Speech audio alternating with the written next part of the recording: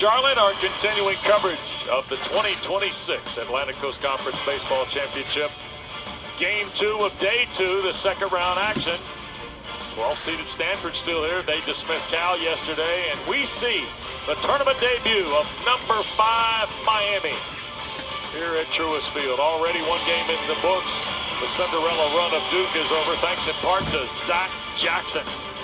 He's thrown out Matthew Strand, meat at the dish, and then a triple put Virginia ahead to stay. Cavaliers and Chris Pollard meet Georgia Tech tomorrow. Notice they've changed the game time, 11 a.m. tomorrow here in Charlotte. Try and dodge some rain here in the Queen City. Still 3 o'clock. Boston College will meet the winner of this game. Great to be with Bobby Miranda Western. Welcome back to our coverage. Going to be interesting here because Miami sees a Stanford team that did some good things yesterday, Bobby, but I'm excited about the Canes here. The Canes are a sleeper in this tournament and nationally in the NCAA tournament upcoming. They lose their superstar, Daniel Cuvée. Others have stepped up across the board for the Canes, and they have a solid program, a solid team. Yeah, they might have, because of Georgia Tech and North Carolina getting a lot of headlines, really flown under the radar coming here to this event. And we're going to get to see a terrific pitcher today. Senior from New York, Rob Evans, a left-hander who looks like he's ready for the moment. Yeah, advanced arsenal, an array of pitches, 2-seam, 4-seam. He'll go runner, and then he'll go ride up in the strike zone. Changeup is elite, curveball's quality, the slider as well. You're going to see about a 5 to 6 pitch mix, and throws it in there, 91 to 94 miles per hour. And the order he will see from the Stanford Cardinal, who picked up win 28 yesterday. Sasaki, Tokan, McDonald at the top of the card. Charlie Bates was terrific yesterday, 3 for 3, a home run, 3 RBIs. Moran, Gian, Nadai, see his details at the bottom. Stoll does the catching today, and Brock Sell will be in right field. And that sets the table for our second ball game here. And here is Rentaro Sasaki.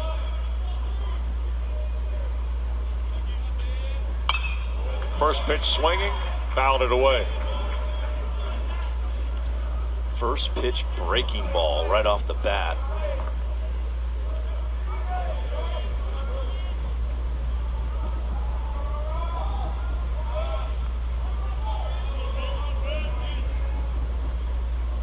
A lot of power at the plate here, Wes. Yes, sir.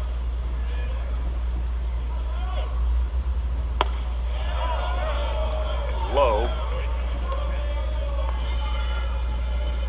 Sasaki, 27 of his 53 hits have been for extra bases.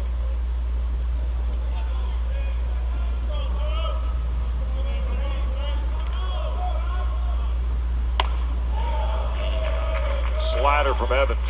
Quality breaking ball right there. A lot of sweep on that pitch. Evans really knows what he's doing out there. Very accomplished. Super excited to watch him throw today. Lefty on lefty setup as well to start the ball game. That ball ripped on the ground and handled by Ogden. 1 away. And that will bring Teddy Tokan to the plate. I think he's the #1 freshman hitter in the nation. We'll get to more of that later in this game, but look at those numbers. 1.1 OPS, 350 basically a batting average, 16 bombs.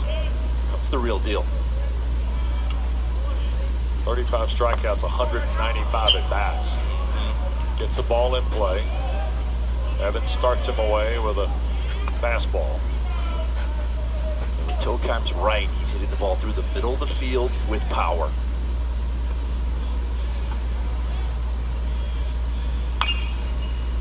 Pulled foul on the left side. Was a little more pull yesterday here in game 1.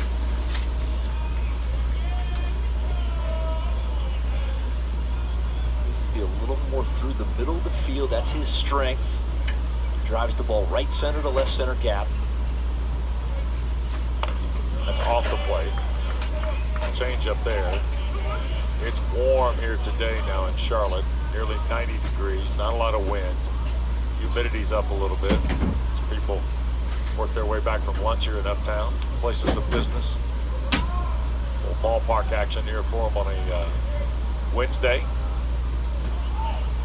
Evans comes set.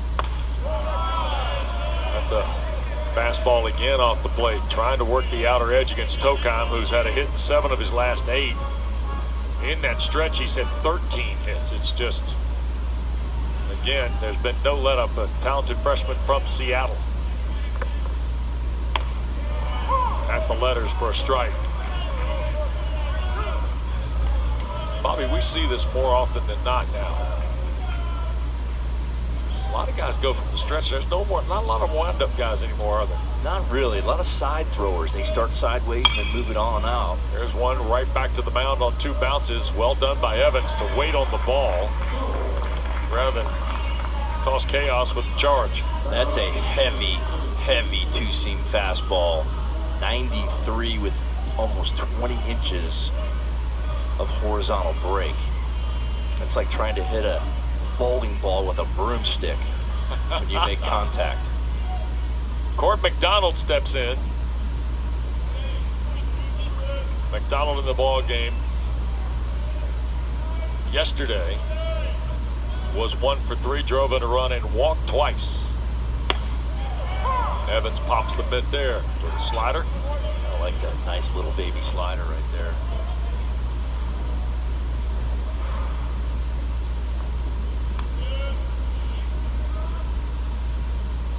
McDonald patient.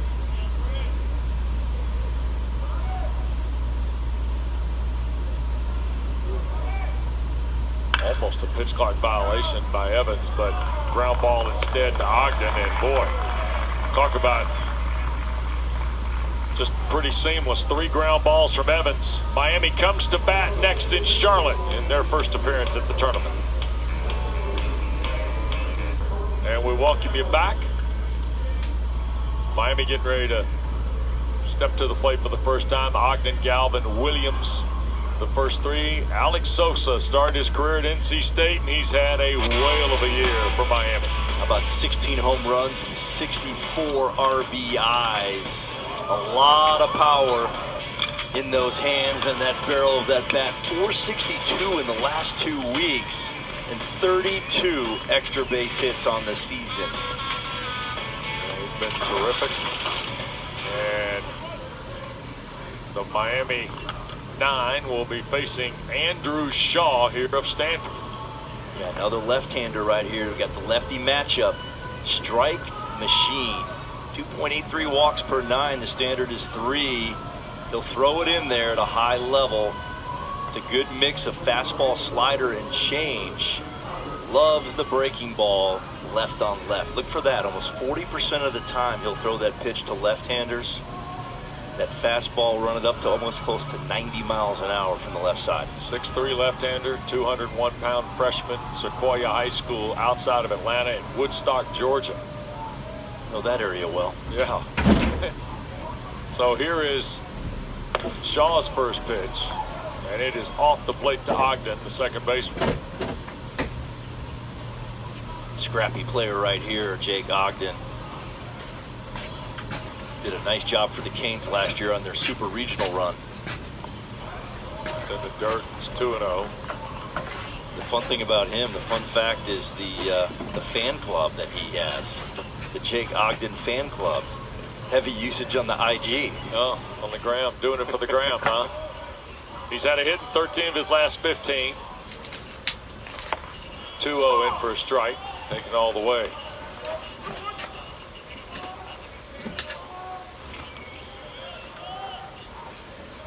Creating his own message. He's ready for the big leagues in already. Oh, yeah. Laid off there. It's 3-1.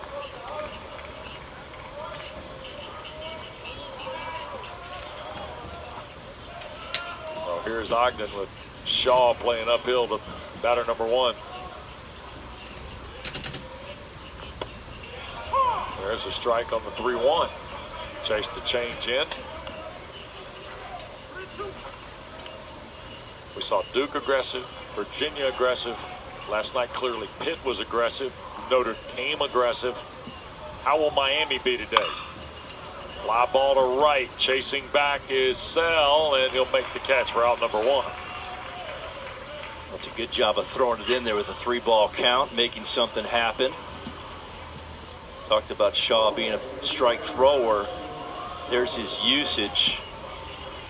It's 50% of the time on the fastball, the change. Remember, the slider goes from 19% overall to over 40% against lefties. Max Galvin only 3 hits in his last 12 games against left-handers. There's a little cutter right there. Call it a slider if you want. A little baby slider cutter. I should say last 12 at bats, Bobby. Or Galvin. That ball to right. Sell is busy. Out number 2. Shaw will throw it in there and make you swing the bat. You got to earn it off him. That'll bring Derek Williams to the plate quickly. Williams has had a terrific year for Miami. From St. Louis, his senior campaign, riding a 7-game hit streak. He's got at least 1 hit in 42 of the last 53. See, this is why they're flying under the radar. Right, 15 bombs with 66 RBIs. That is an All-American type season right there. Yep.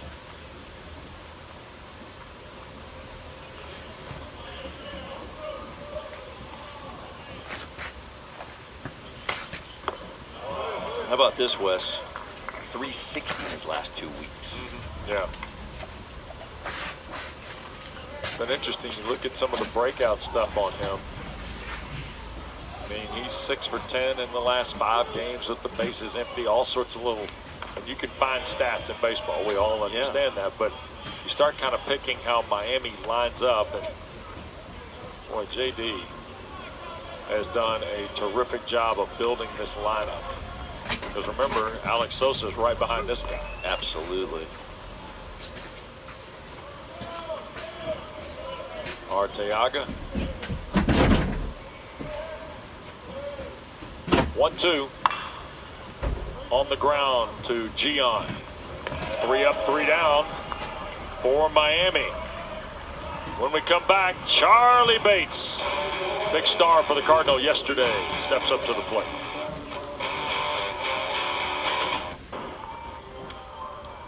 Well, local kid done good. Charlie Bates will lead off for Stanford. And yesterday, Bobby, he was terrific against Cal. Yeah, got on some balls, hit some heaters, and hit this one very, very far. And the stairs of the stadium keeping it out of the road over there. Found out some key information in between games. What do you got? Longest home run of the tournament. Tyler Albright. Yep, that one is served off the leg. Oh, right to the shortstop throw. Safe is Bates. This was almost a 1-6-3 off the bat of Charlie Bates. This ball was ripped. It's like an old school pinball machine right there. Leg off the bag, trying to make the play. 105. Oh, yeah, that slows it up. Here comes the bag. what a play by Sheehan. Just to get to that and make the play. Very athletic. Single. Starts the second for Stanford. First hit of the ball game for either club. See how aggressive David Esker and the Cardinal are here early against Miami. Remember, they lost 2 of 3 during the regular season. Tyler Albright's home run was 436 feet. Wow. Awesome. Yep. Last at bat ever in college baseball. Yeah. It's a beautiful thing. Ball popped out of the mitt of the first baseman, Alex Sosa. That's the longest of the home runs. Although they said Fenderson last night of Pittsburgh hit a shot. Yes. To use the golf term, there are some ball strikers in this event at the plate. 0-1 it is to Moran. That ball toward the gap. Bates is off with the crack of the bat. Bates, that ball gets all the way to the wall. Bates is going to be waved. The throw will not be made, and Stanford leads 1-0. RBI double for J.J. Moran. J.J. Moran seeing a ball up and out over the plate. It's a breaking ball on the backside of the plate. Stays through the right center gap here. Drives it all the way to the wall. Charlie Bates scoring easily from first base. Cardinal up already in this game, 1-0. Stanford was 7 of 14 with runners in scoring position against Cal. The RBI double plates Bates from first, and here is Eric Gian.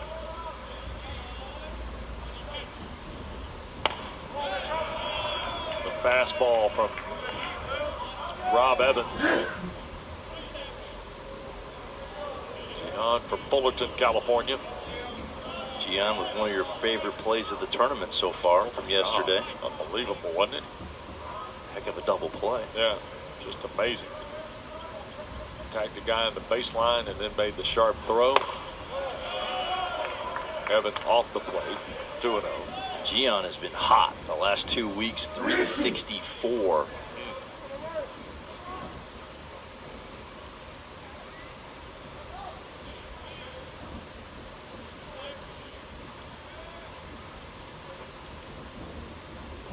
Evans comes set here. And taking a strike all the way.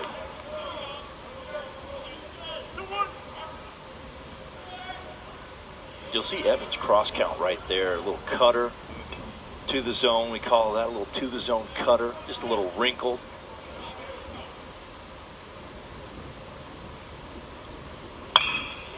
Fouled away.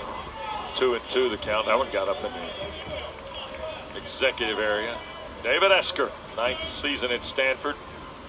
Interesting that these respective head coaches, both alums of their institutions who played for legendary head coaches that met in College World Series. No time question. and time again. No question. 2-2. Turned over. Here's the shortstop, Sheehan, on the run. Well, they called it.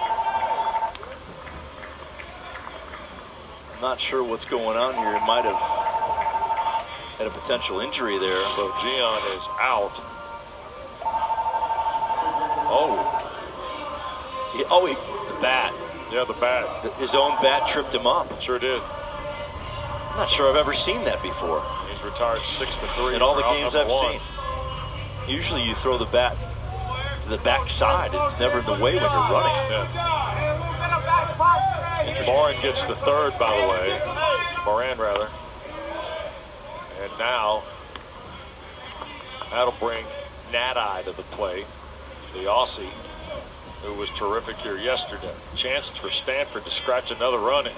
Yeah, with the infield back, all you're looking for is a ground ball past the pitcher.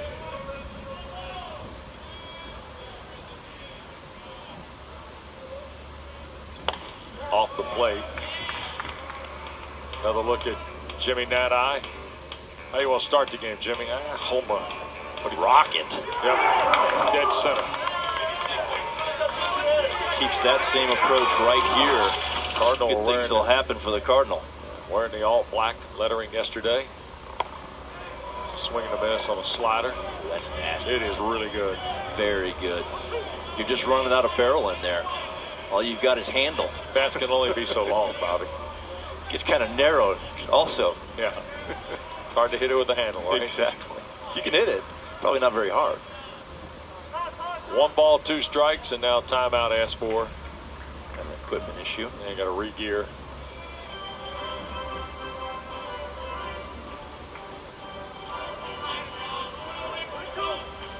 So it's a ball and 2 strikes to Nat-Eye. Stanford 1 in and looking for another at third now with 1 out.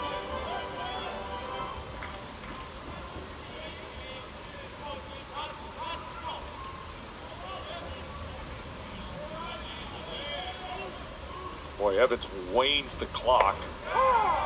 Called strike 3 on Nat-Eye. There's that 94-mile-an-hour four-seam. We told you he goes two-seam arm side, but he pounds a four-seam in right here on that eye. That is just a perfect pitch. Couldn't have handed any better to the glove. Yep. At 94, Wes. First strikeout of the day for Evans. Miami pitching has had 10 or more strikeouts in 11 of the last 14. That ball on the ground to the right side and scooped by Ogden. And that will take care of Stanford's threat. But the Cardinal push across a run. Double by Moran does it. Welcome to Squeeze Play. All the highlights, all the big moments. Got a chance to have some big-time fireworks. 6 to 8 games on a screen at one time. You're going to be locked in for that. The season on the line. Hashtag Squeeze Play. Send us some tweets. Maybe we'll put you on the social wall. The storybook season will continue. All right, Squeeze Play starts on the 29th, next Friday night. I put in a request for a tie color. I'd like to know what the tie color is going to be next Friday night for Rooney. I'm saying Runes is going to go something Notre Dame-ish with some green in there. Put the request in. Mike Rooney will be there with Chris Burke, Matt Schick, Chris Budden. All the games, best way possible. It's on ESPN Plus. They do kind of simulcast on ESPN2 occasionally. It's a great way to follow the NCAA baseball tournament. Just sit there all day and watch everything. Yeah, I like the late night stuff. Pick it up about 9:30, stay till about 1 in the morning when the final game's in. Out on the West Coast. We got to have a regional in LA, right? That's guaranteed late night. Yes. Well, UCLA definitely is getting something out there, that's for sure. Here's Alex Sosa now. First time we've seen Sosa stepped in. Here in the second to lead things off for Miami. He's the real deal.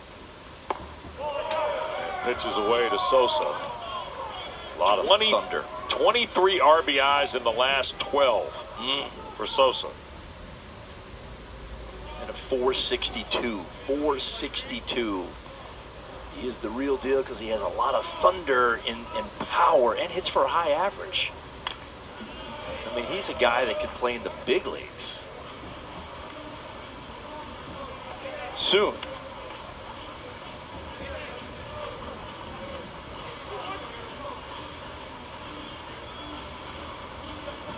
So 2-1 it is to Sosa.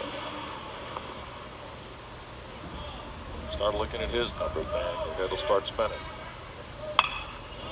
Fouled away. Last 10 games, 381, 16 of 42, 5 homers, 18 RBIs. That's the last 10. Not bad. No. Not bad at all. I mean, and again, like Max Galvin, 10 of 38, Sosa being, I'm sorry, 15 of 38, Sosa being 16 of 42.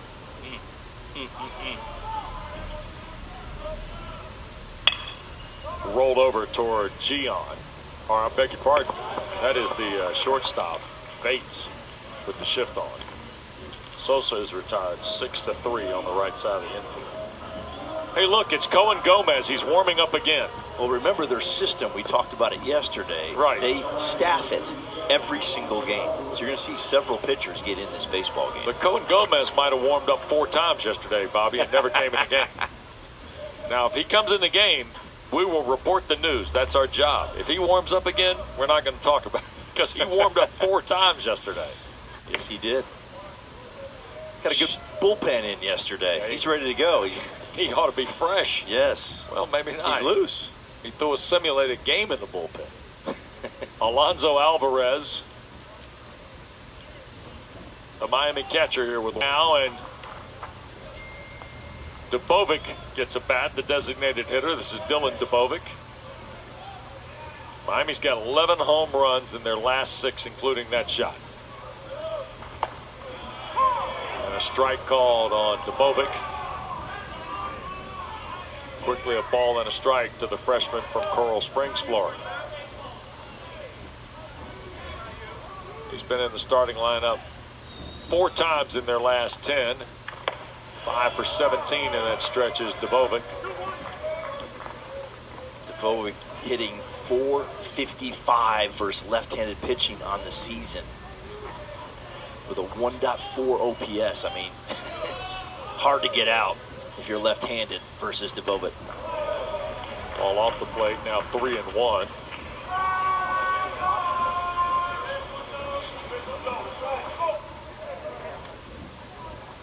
Interesting thing is Alvarez in the last 2 weeks hitting only .217. Goes yard immediately off Shaw. Swing and a miss, 3-2. Missed it on the change. Miami has split their last 12 ACC games coming to the championship.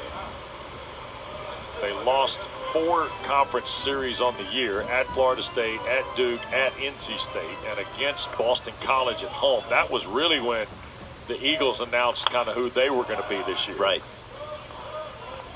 Which is the upper echelon of the ACC. Right. Now follow me here on the rest of this. They won the series with Louisville at home, against Cal at home, and Virginia Tech at home. Won the series at Stanford, at Wake, and at Clemson. You listen closely, who did I not mention in that whole list? Georgia Tech and North Carolina. There you go. Fouled away. So the 2 top teams in the league. Right. Any games against those 2 for Miami will be first ever this year.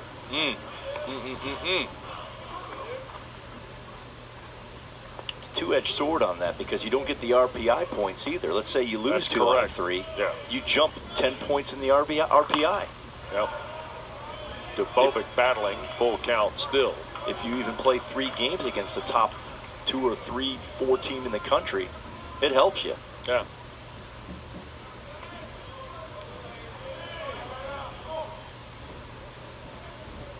So if you take the 3rd seed Florida State, they lost the series. They lost the series to Boston College. Miami is the 5 seed. Dubovic draws a walk.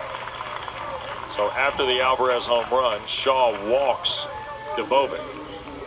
First walk of the day. And here in the second, we're tied at 1 after Alonso Alvarez dumped it over the wall in left field. Here's Milano, and now the parade of change, I think, maybe it's close approaching here for Stanford. It's close. So the Cardinals going to make a pitching change with 1 out in the second. Alonso Alvarez's home run has tied the game, and Cohen Gomez is next for Stanford. Well, as we work through day 2 of this ACC Tournament Championship, of course, Carolina's the defending champ from Duke, are playing in Durham a year ago at the Durham Bulls Athletic Park.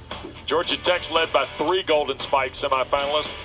Jaron Advincula has had a terrific campaign. Drew Burris and, of course, Von Lackey is the ACC's Defensive Player of the Year. We already told you about the Eagles. Boston College is here tomorrow afternoon at 3 o'clock.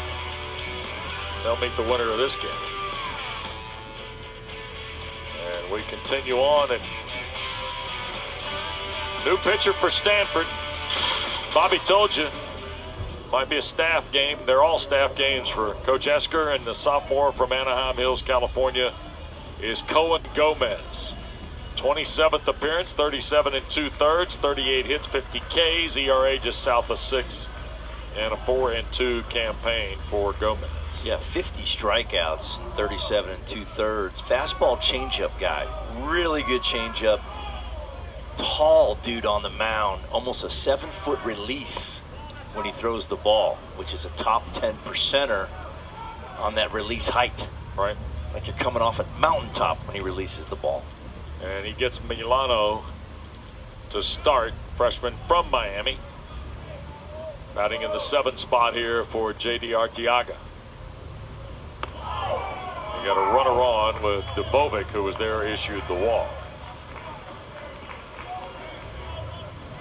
Gomez is up and down to the bullpen yesterday and now enters the lineup.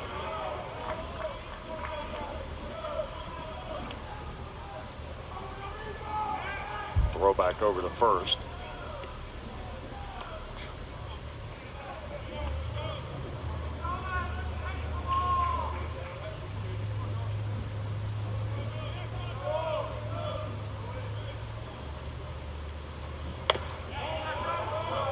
Just missed fastball on the outer edge. Cohen Gomez, good size youngster, 6'3", 225.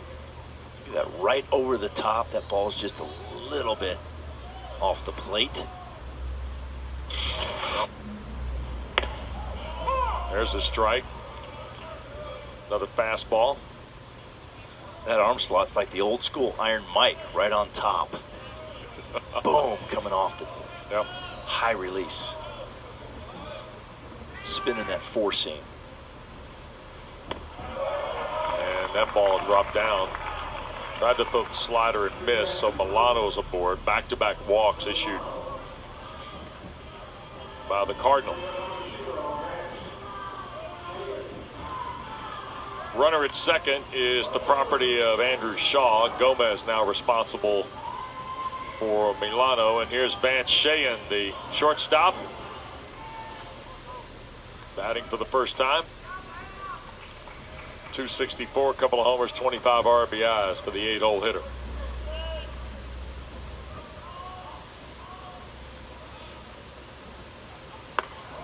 That's up. Ball one. Shayen has been really good this season with runners in scoring position. 321 batting average with that situation. Rolled over, foul.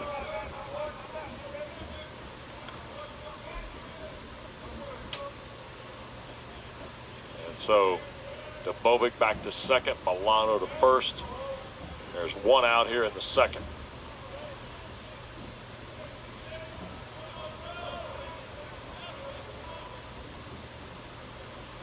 That ball whistled, foul. Inches. Moran made a terrific effort, and third base umpire Brandon Henson had the slowest fair or foul signal in baseball. Had that been called fair, that would have been massive trouble for Stanford, because Nadi is playing closer to left center than left. Yes. And now tipped into the glove, and Shayen strikes out. That's his 51st strikeout in only 37 2/3. That's a lot of Ks. You see that high arm slot, and that ball just rides because that true spin of the four-seamer defies that gravity and stays true. There's a lot of carry on it. Two down, and Fabio Peralta, center fielder for the Canes, with first and second and two down. And that's tug foul to the first base side. Peralta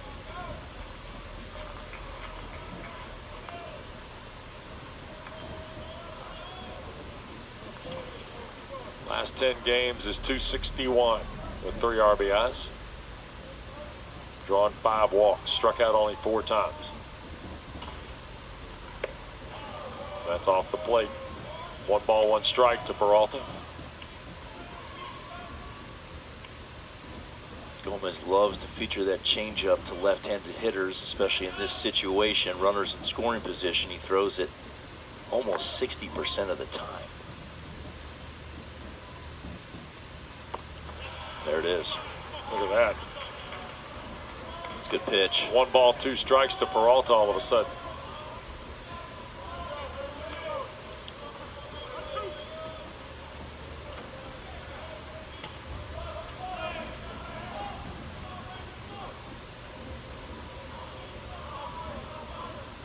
The 1-2. Lifted into shallow center field, going out, and unable to pull it in is Bates. It's now a 2-1 game as Debovic scores. Hit them where they ain't, Fabio. It's another soft off-speed pitch at 82 miles an hour. Hit it even softer, 66 off the end of the bat. This might have been a little sand wedge that fell right in between everybody. Perfectly placed on the green right there. Pretty close. Checked up. Able to make the putt. A lot of spin. Yeah, kept it on there. And pushes the order back to the top of the card for Jake Ogden, who flied to right in the first. So Miami's put 2 on the board. The home run by Alvarez. RBI Ball into the outfield off the bat of Peralta has made it 2-1. In for a strike to Ogden.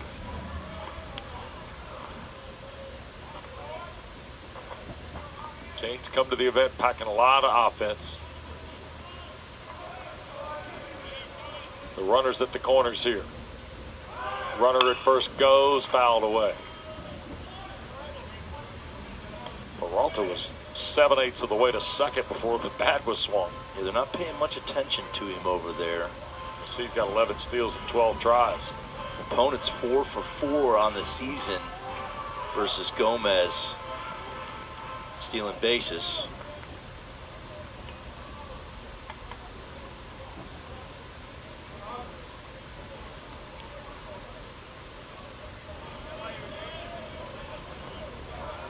Ogden back in the box here. That ball on the ground. Bates will charge and cannot scoop it. Run will score. It's 3-1. Milano trots home easily. Bates tries to one-hand this. It's exactly what you try to do. He wanted to get to the short hop.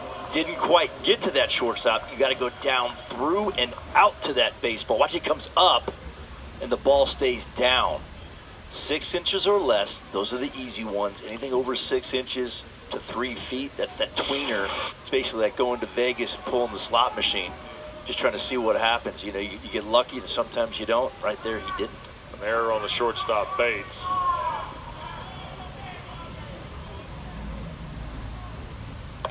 And that'll allow Galvin to get a crack at it. I think he played that ball perfectly. He just didn't quite finish his route with his glove and his feet. Right. To shorten that hop up and make it easy. Deaden the spin into his leather. That ball is going to be dumped into left. No, running catch of it by Nada. Closes down the Canes, but Miami puts 3 runs on the board. And the Canes are in front. J.D. Arteaga with us next.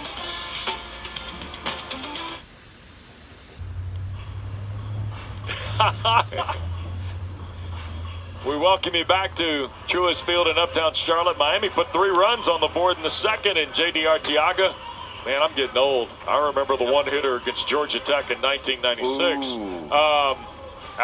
Alonzo Alvarez, a little pop in the bat, Coach. Got you going, huh? Yeah, man, got to change up in the zone, got the head out there, and just popped it out of the ballpark, man. That was a great job. Great job of hitting there. Robert Evans, JD, this guy looks like you out there. It was a little hard, a little better stuff, you know, better athlete. Other than that, yeah, we're identical, man. But that was a great job of, you know, just minimizing damage there, man. They got to run in, man on second, nobody out, and just to minimize right there, that's huge. And then for us to come back in and put up a 3-spot and answer right back, that's good baseball. Bobby and I were talking about this, and I don't have to tell you this. Stanford now in the league, but Miami and Stanford, I mean, Omaha, I mean, 3, Marquis, the whole 9 yards, man. This is fun, isn't it? It's fun, man. That's a great, great program over there. And people don't realize they're a win away from being the 8 seed and having a bye. So this league was so jumbled together, and especially in the middle. Anybody could beat anybody. So we just got to keep our foot on the gas here and keep scoring runs and keep getting outs. Thank you. Appreciate it. All right, thanks, guys. Good luck today, JD. Off the bat of Sell, and boy, what a play this is by Ogden. That's a banger at first base. So Jake Ogden, this is a little roller off the bat of Brock Sell. The 9-hole hitter hitting for the first time, and boy, watch Ogden. See, he comes in and gets that short hop, makes it a much easier play and pick, and a quality stretch at first base as well. Well done by Sosa. Yep.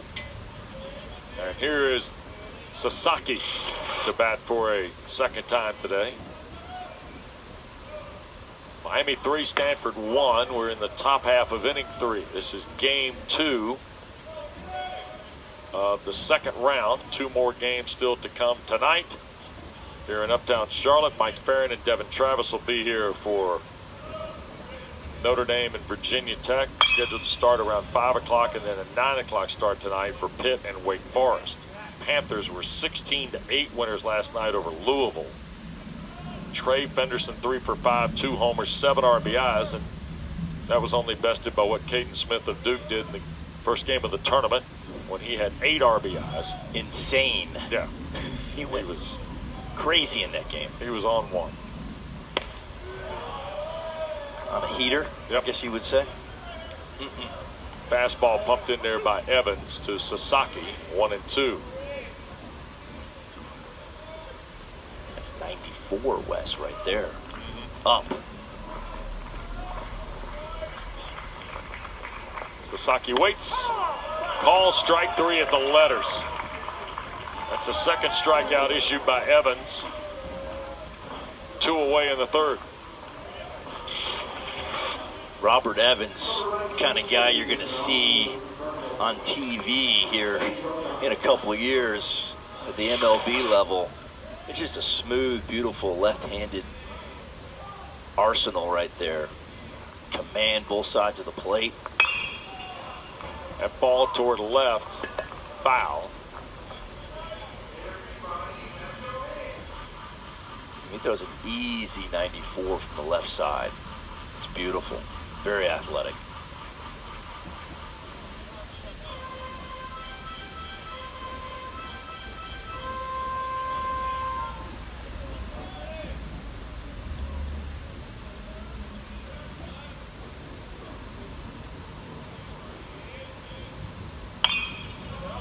Fouled away by Tokheim. 0-2. Teddy Tokheim definitely will be a first-team freshman All-American. Ooh. Yeah. Potentially a just straight-up All-American.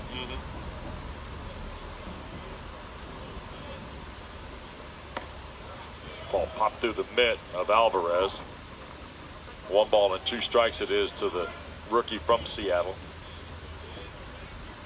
Tokheim, you mentioned, Bobby, 347. OPS over 1,000, right? 16 bombs. Yep. 19 doubles, too. Now 2 balls and 2 strikes. A lot of plate discipline for him as well. I like 34 extra base hits on the season as a freshman. Yeah, all that helps, doesn't it? So he's got a high average, but power. I mean, it's 427. In for a Launched. strike to McDonald. 427. True freshman. Got a lot of talent, young man. Yes, he does. Goodness. So Tokheim makes it a 3-2 game. 36 of his 68 hits have been extra bases. Goodness gracious. And I've been waiting on him to hit a ball through the middle of the field. That's his strength. Well, Bobby, you talk about guys with a lot of talent as freshmen, and there's still that jump between like freshman and sophomore year. Yes. It's a big summer for him coming, right? Oh, big yeah. summer, big fall. I would say it's either Team USA or the Cape. Look at this shot going to right off of Evans, and oh, what a catch! What a catch by Williams to take it off the wall. Goodness. Off the bat of Court McDonald. And watch Derek Williams go get this. Just climb Sees the it. wall. Wow. Another big play. Blue Star here in Charlotte. Miami 3, Stanford 2. David Esker is the coach of the Stanford Cardinal. We were just talking about Teddy Tokheim. Coach, he then hit the script button for us and knocked the ball over the wall in center. You see this young man every day. Man, what a pleasure he must be to he's coach. Beyond his years, right? Beyond his years at the plate, hitting off their ace, taking him to dead center field. So he's been doing that all year. If he ever slows down, it's for a very short period of time, which again shows you some maturity beyond his years. So he's been great. This changeup was down in the strike zone. He stays through the middle. We talked about it after the game. You and I saw you in the hallway, and like when he goes through the middle. Yeah. When he lets the ball pull itself and he doesn't pull it, he's going to be really good. No doubt. Appreciate your time. Thanks again. All right, guys. Thank you. Thanks, All Esky. right. You bet. Special. Oh, yeah. Here's Derek Williams. You talk about special play. He took a ball off the wall, off the bat of McDonald. It looked like Court McDonald was getting ready to add to the fire. Well, every time a ball goes in the air here, you're anticipating it to leave the yard. Yeah. And on cue, Cardinal bullpen. Cassius Thomas has gone back to work down there. You're all over that. What? On cue with the bullpen over there in Stanford. You keep telling me staff game every time they're out there. So, tell you one thing. Slight breeze. Going out, yeah, just a touch, right?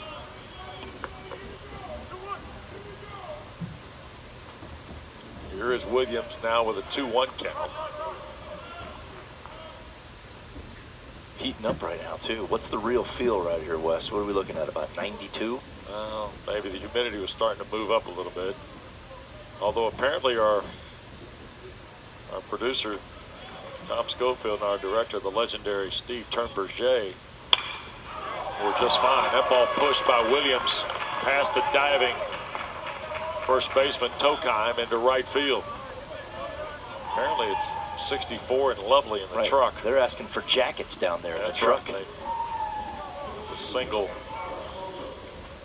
Williams starts the good time for lunch here, too, almost 2 o'clock.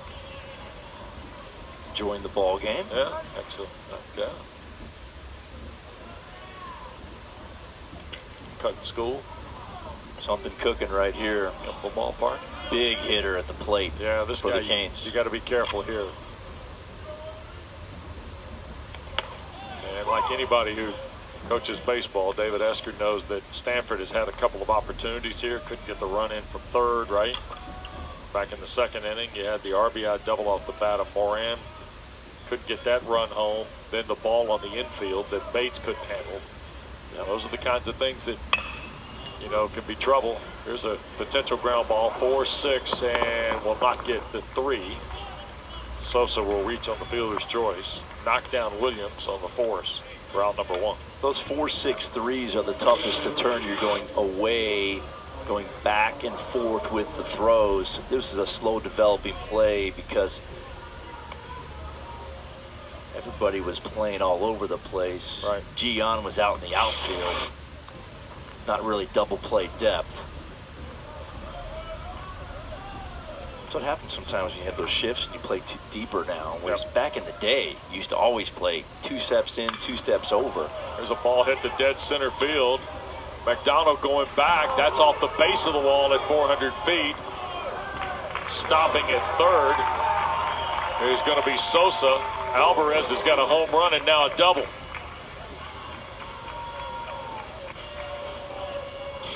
First pitch swing.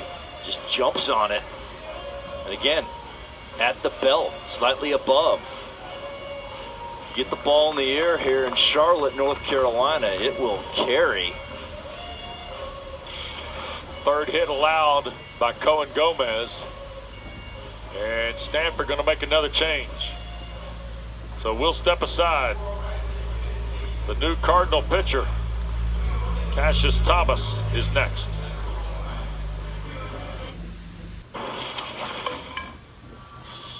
We're back here in Charlotte, uptown at Truist Field, hosting the ACC Baseball Championship. We started yesterday with 4 games, 4 more today. This is game 2 of the 4. Here is the Duke transfer from Los Angeles. This is senior Cassius Thomas. We'll get a look here in his 28th appearance of the year. ERA just north of 5 through 30 1/3. 19 Ks, has allowed 36 hits. Young man who was at Duke and back to the West Coast and Northern California to finish his career here with the Stanford Cardinals. Going to feature firm stuff, up to 95 miles an hour, a 91 mile per hour cutter. Fastball cutter guy. A lot of life in the zone. Third pitcher of the day for the Cardinal. 27th appearance coming in. This will be his 28th of the season.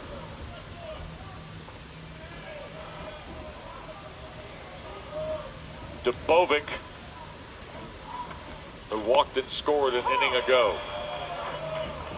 Here in the third, takes a strike from Winston.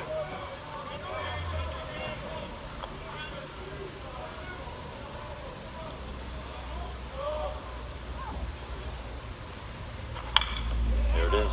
Ground ball to third. They're going to throw to the plate. They will tag out Sosa. That's out number 2. It's a nice little cutter.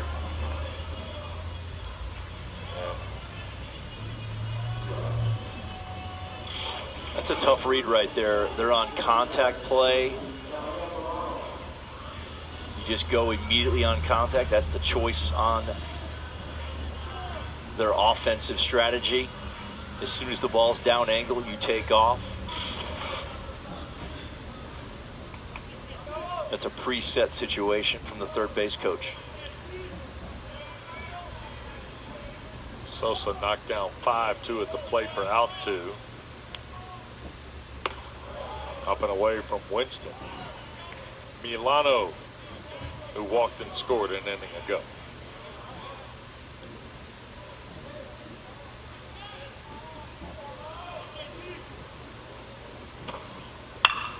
On the ground, sharply hit to second. Gian backs up, makes the throw, and that'll take care of the threat.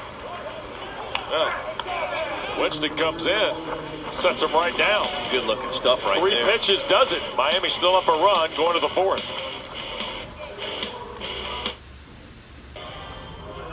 Dozens of other folks as we come to you from uptown Charlotte. We're at the ACC Baseball Championship here at Truist Field at the corner of Mint and Graham and 4th. And this is day 2, second round. Great to be with Bobby Miranda, Wes Durham, Tom Schofield, our producer here in the afternoon session, Steve Turnberger, our director. Great crew. Thanks to the hard folks who've been, I mean, leave here at 1, show up at 6. Unbelievable. And now timeout was asked for. Evans is going to run out on the pitch clock. What do we got now? Pitch comm situation? Pitch comm. Battery situation as usual. Yeah. A little technology timeout as the pitch clock was winding down on Evans.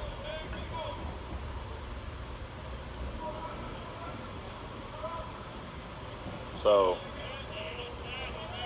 Evans finally settles in. First pitch. Oh boy. Charlie Bates pulled the trigger, strike 1. A lot of arm side run on that pitch at 92. So here is Bates. Had a big day yesterday, 3 for 3. Has 4 hits in the tournament.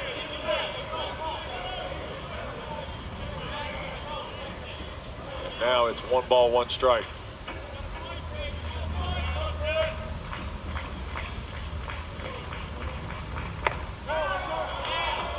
Off the plate, 2-1. You sit there and you go, how does he take that? Inches off the plate. Yeah. Rob Evans kind of guns it in there too now. Yes, he does. Both sides of the plate with command. That one was fouled. And Bates, I thought the ball had almost hit Bates after he hit the ball. Took it right out of his glove almost right here. This whole sequence has been in, out, back in, back and forth at 93.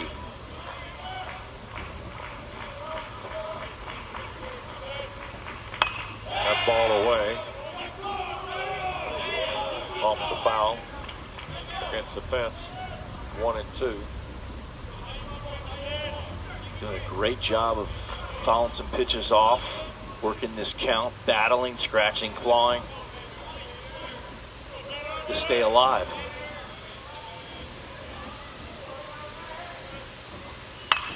On the ground toward Ogden. Easy play, 1 away. Okay, so we asked earlier, we've asked actually for both days, what do you think Mike Rooney's tie selection will be? Well, we just asked the man.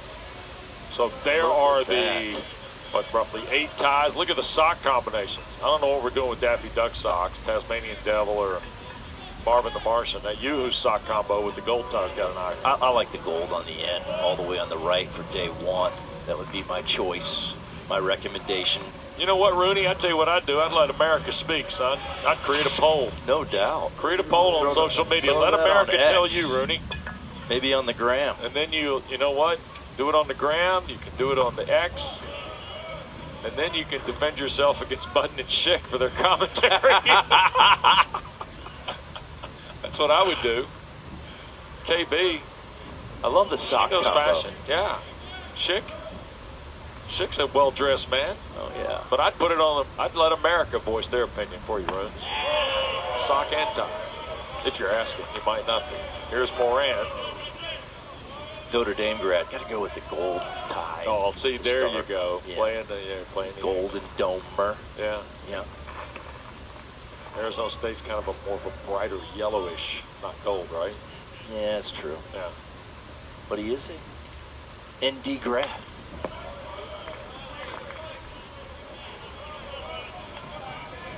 So now it's 2-1 to J.J. Moran. Stanford here at 28-25. They went 13-17 in the ACC. They hit 50 home runs against the league, which was tied for second. Fouled out of play. They slugged at .479 against the league, which is a pretty good number for a team that were 13-17 in conference play. Sure. Did not steal many bases, though, Bobby. Only 20 of them in ACC play. Yes. JD hit it on the head. Much better team than their record shows in this league. Well, how about Arteaga also noting a one-game difference would have had him eighth, right? Yeah. Fastball on the inner side. Just missed. Full count now. To J.J. Moran with Rob Evans dealing here. Pretty good pitch at 95, just off the black. Starting to heat it up. That's ball 4. That's a great at-bat. So the walk will be the first of the day, issued by Evans, who has struck out 2. And here's Eric Gian. So you're telling me that most of the pitching prospects that we'll see going forward, there won't be any wind-up guys. But not many wind-up guys. It'll be like the dinosaur. I mean, just if you watch a big league game or a college game. Yep, that ball rifled. This could be 2, 4, 6, 4, 3, and it is. Look at that. And we'll have to push that conversation to the next half frame. Because the inquiring minds want to know. Nothing doing for the Cardinal in their half of the 4th next.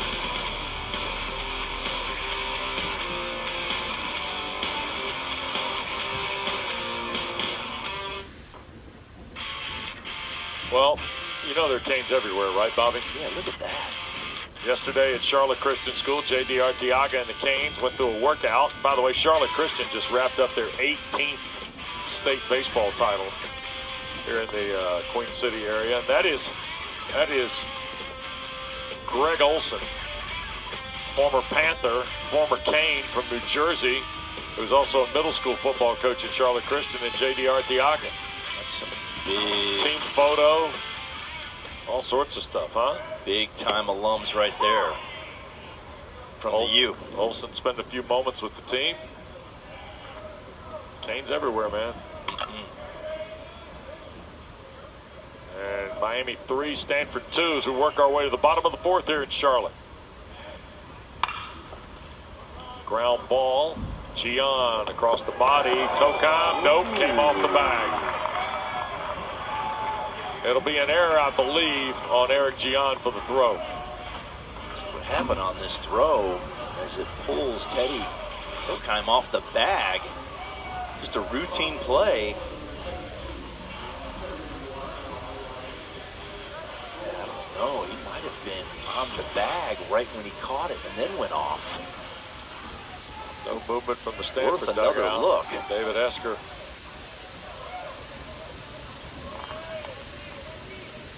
So 1 on, nobody out, and here is Peralta, who drove home a run, trying to handle the bunt up the first base side foul. That's unlike Gion. He's an excellent defensive player. Can't tell right there. It's close. You can't. I don't think there's enough to even overturn it, Bobby. you're Whether right. it was or wasn't. I think you're right. So Tocom And here's Peralta again handling the bat. 1-1. Wes, that's one of those that's so easy that it's hard. Yeah, sure. You don't focus, you don't concentrate. You're like, oh, this is so easy, and then all of a sudden, it's an error. Yep.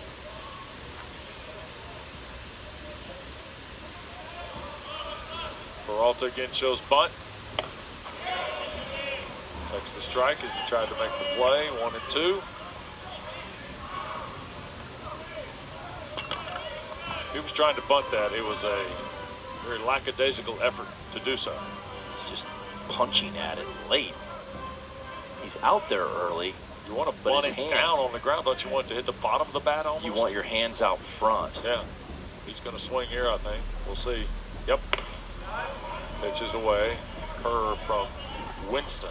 The more you get your hands out front at the top of the strike zone, the easier it is. You ever try to catch something that's right next to your body, your eyes lose it. Get that extended out front, you get a good look at it. Cassius Thomas comes set. Fastball, threw it by in the dirt. There's your wild pitch. And there's your bunt. That's what Miami wanted. Sheehan will go to second on the wild pitch.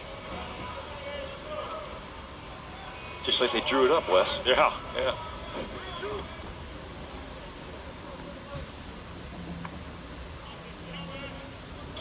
Got by the catcher Stoll.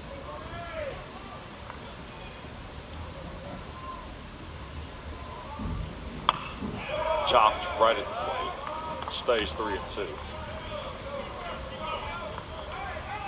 Nolan Stoll is the catcher today for Stanford. Yesterday,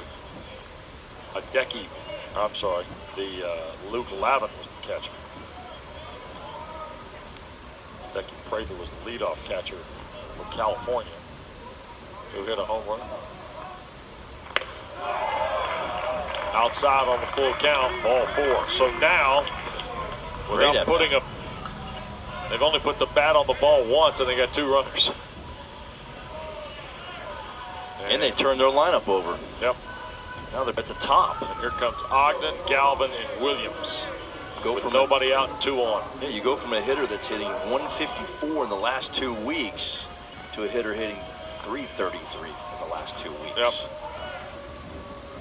3-2 game, and Ogden and the Canes may have a window here.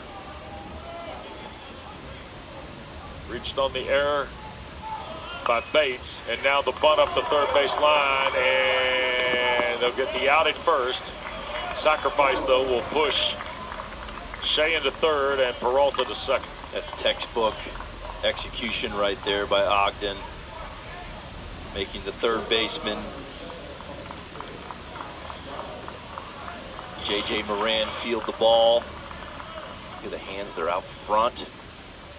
Barrel's pointed down the first base line. That makes the angle to the third baseman. Just a well-executed bunt and good baseball play all around. Thomas now looks in on Ogden, or on Galvin, who knocks it right back through the box, and here come the 2 runs. It's now 5-2. How about that? That's beautiful baseball right there. Through the middle. That's where those RBIs live. And then bunting both runners over to third base and second base.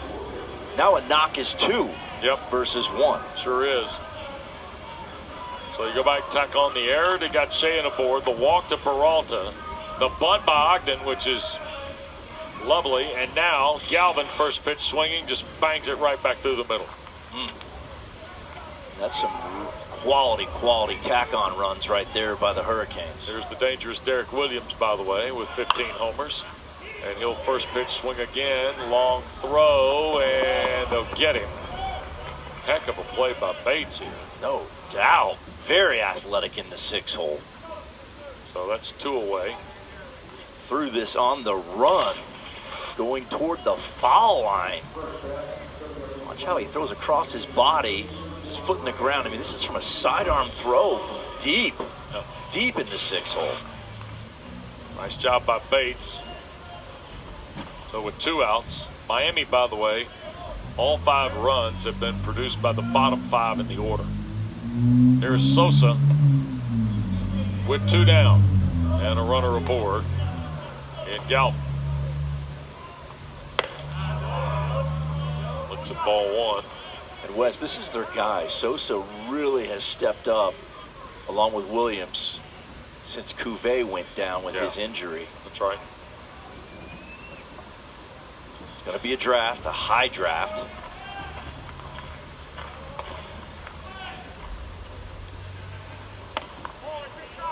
That's a fastball. 2-0 inside. Catcher by trade, plays all over the place on the corner of the infield.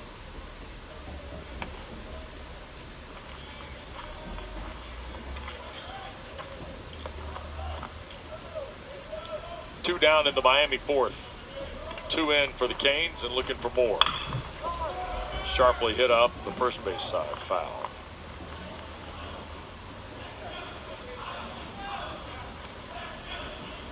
So you see that we told you the bottom 5 guys in the order have scored all 5 runs. You see the top 3 hitters are 2 for 8 with 3 RBIs. The rest of the team still 3 for 9 with the runs scored and the 2 runs locked in. Those bottom guys getting on base, turning the lineup over. Galvin's got Huge. 2-run hit. And now it is 2-1 to Sosa. Fouled away. And remember, Sosa is the NC State transfer, and as a freshman went to Omaha on an NC State run 2 seasons ago. There's Trevor Moore. Would be the 4th Stanford pitcher of the ball game. Thomas sets. Fastball inside. 3-2. And now we're at one of those dangerous 3-ball counts. These are hitter advantage even with 2 strikes. All the pressure's on the pitcher to throw it in there. Yep. Do have a base open. 5th 3-ball count of the day for Stanford. Off the plate, ball 4. That's a quality at bat. With a base open, take your walk, pass it on to your teammate Alvarez. It's in the 5-hole for a reason. But they don't let a .462 average in the last 2 weeks hit. They pass it on to Alvarez, who's .217 in the last 2 weeks. Yep. So Alvarez, who's already hit a home run today, to start the scoring for Miami back in the 2nd inning. He's going to get a chance here, but it's going to be against a different pitcher. 4th pitcher of the day, Trevor Moore, is next for the Cardinal of Stanford.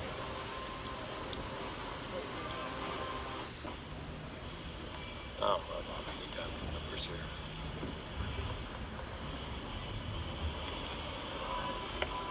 If he doesn't walk guys, he's good. He has a tendency to. Well, Miami scoring today. Alonso Alvarez got it started for the Canes. They trailed 1-0. And then all of a sudden, Alvarez solo shot, but Miami wasn't done yet. And the Canes now lead this ball game. And a 5-2 count. And here comes senior Trevor Moore from Golden, Colorado. 6'1", 221 pounds. 7-2 on the year with a 3.61 ERA. Only 42 in the 3rd, Bobby, but 47 Ks and just 22 walks. Yeah, this is their guy. They'd like to finish the game with him if they could. Remember, Alvarez hit a changeup out of here earlier in the game. This is more power. Up to 94, power cutter, power slider. Saw this guy throw about a month ago against the Louisville Cardinals, and he was outstanding. They brought him in about this stage of the game, and he finished it. Alvarez has got 14 multi-hit games to his credit. He's got a homer and a double here today, looking for a single and a triple. 2 aboard. You got Galvin at second, and Sosa, who walked, is at first. And here is Trevor Moore's first pitch of the ACC Baseball Championship. It's foul the way. Went right at him with a fastball, basically right down the middle.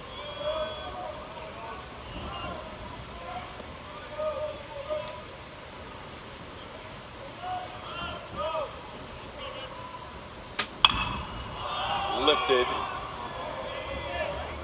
shallow left field, and finally the call is made by Nadi for the 3rd out. Miami 5, Stanford 2. We'll go to the 5th next.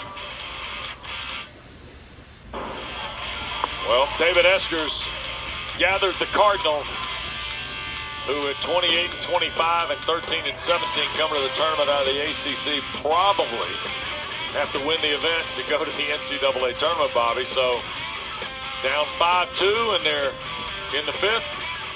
Kind of now or never, right? Yeah, 100%. They're going to have to win the tournament to get into the NCAA tournament. A little plan of attack going on right there in the first base dugout. By the way, need to pick it up. Rob Evans has not thrown more than 13 pitches in any inning of this ball game so far. Big time right there. And J.D. Arteaga could be getting exactly what he wants here, which is a one-and-done event. Off the plate. Ball 1 to Nada. Feels like this will be a big inning for Evans and a big inning for Stanford. To get something going here in the middle of this contest. Another one off the plate, 2-0. It's smooth sailing so far. 53 pitches. Yes. It's pretty Easy good. work. It's pretty good. Easy work.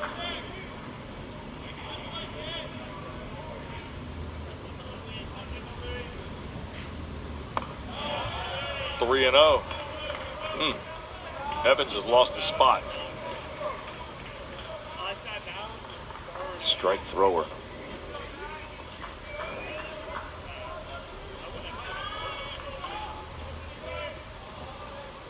That's only his 3rd 3-ball count of this baseball game. There's a strike on the 3-0. That's how you keep those pitch counts way down. Just avoid the number 3 and 4 when you're pitching.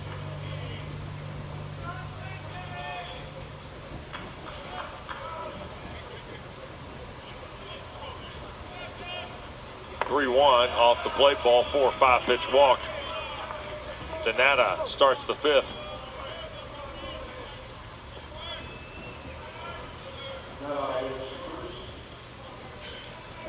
Look at that. I mean, Bobby, in a tournament, even single elimination, if double elimination, you'd certainly let it go.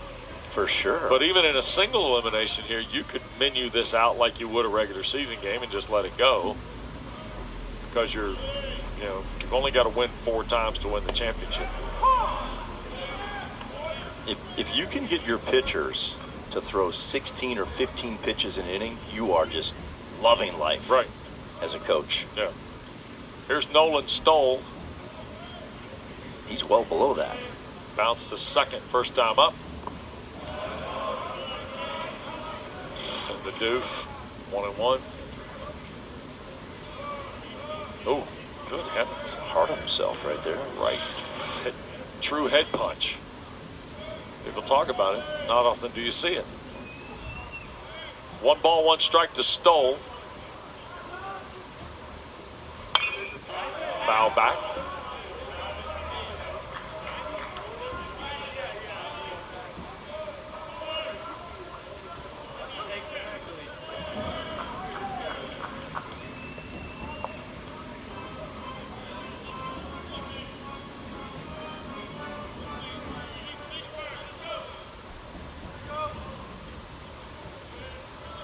One ball and 2 strikes it is. Called strike 3. 96. Yep. And the freshman from Stevenson Ranch, California, is strikeout number 3 for Rob Evans. That's just an elite heater on the inner half. Frozen. Carved on the black. Yep. Brock Sell will be next. Another freshman in the order for Eske.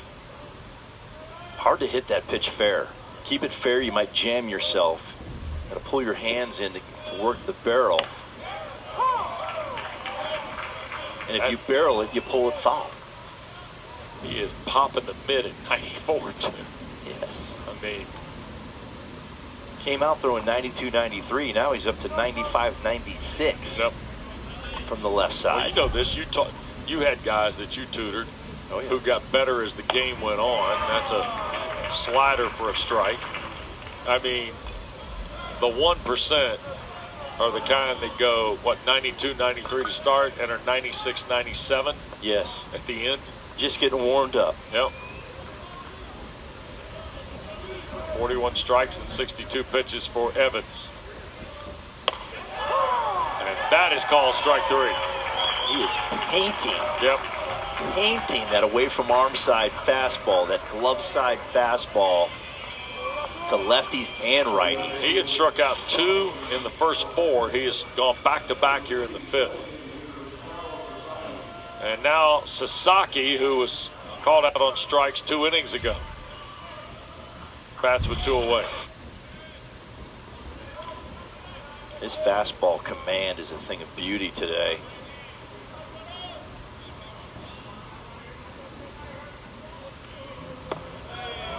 Tell you what, Wes.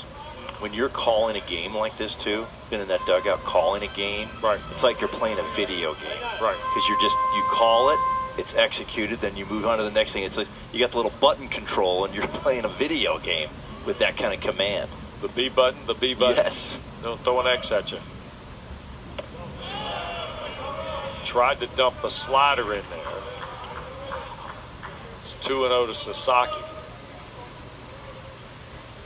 He's got to talk about playing for the right guy, Bobby. Arteaga was just terrific as a player at Miami. Miami Hall of Famer. Oh, yeah. That ball sailed over the head of Milano and into left off Hintaro Sasaki's bat. That's 96 up. Sasaki just serves it to left field, gets on top. Watch it right here. You can see it's at his belt. Kind of gets a little beat on this, stays inside. Oh, he's got a good swing. Yes, it's beautiful. Didn't try to pull it, saw it up, went to the backside. So here's Tokheim, who's already homered today. In fact, Tokheim, prior to the Sasaki hit, the last Stanford hit was the home run by Teddy Tokheim. And this is what it's all about with 2 outs. Your best hitter at the plate, 2 men on, down 3, 1 swing away from a tie ball game. First and second now for Miami. And a reminder, Teddy Tokheim hit a changeup down and out over the plate, dead central, off the batter's eye. Yeah, Evans knows it. Stanford's 0 for 3 with runners in scoring position today. They were 500 yesterday, 7 of 14. Want to have a chance here, they probably need to take advantage of this. For sure. You got your guy at the plate, 2 men on. And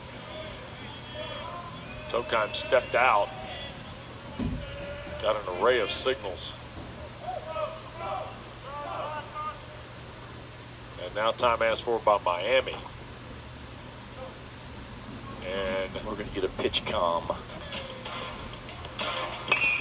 There's the ball ball. Was down. Yep. He just powered it out of here, Wes. I mean, it's impressive to take a ball down in the strike zone and hit it 400 plus feet. Yeah. You see most of these guys in this tournament, it's above the waist or at the waist. To hit the ball down in the strike zone like that for that kind of power, that's the next level. Laz Gutierrez, the Miami pitching coach, out to exchange the pitch comm with Rob Evans. And there's a look at Teddy Tokheim and the company. John Stutzer, Florida State. Ethan Ball, Virginia Tech. Hokies are here later tonight. It'll be Friday before you see the Noles. There's a throw down. They tried to block the bag. Sasaki right back in between the legs of Sosa to touch first base. Some big-time freshman players in this league. That graphic showed them. 2 balls and a strike here to Tokheim.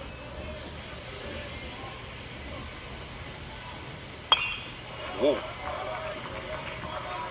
2-2. 20th pitch of the inning. Well, we did it to Evans. Start talking about how good it was. Now he's running up there 20 times. There you go.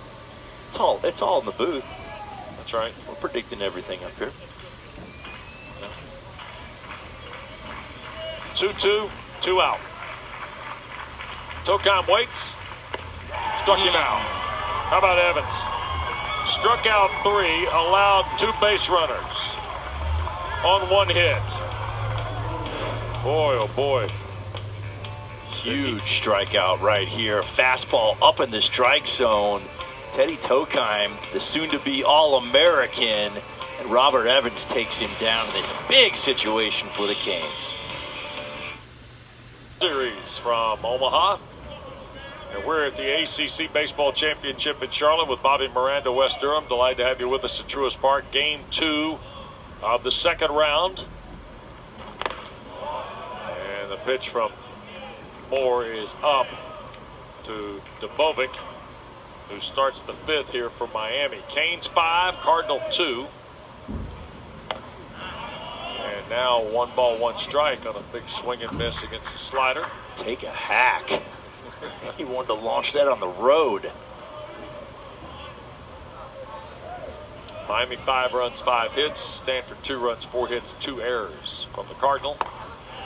And a swing and a miss there makes it 1-2. Dubovic's not getting cheated. Dylan is taking a hack, feeling good in the box. Yep. Figure we're up 3.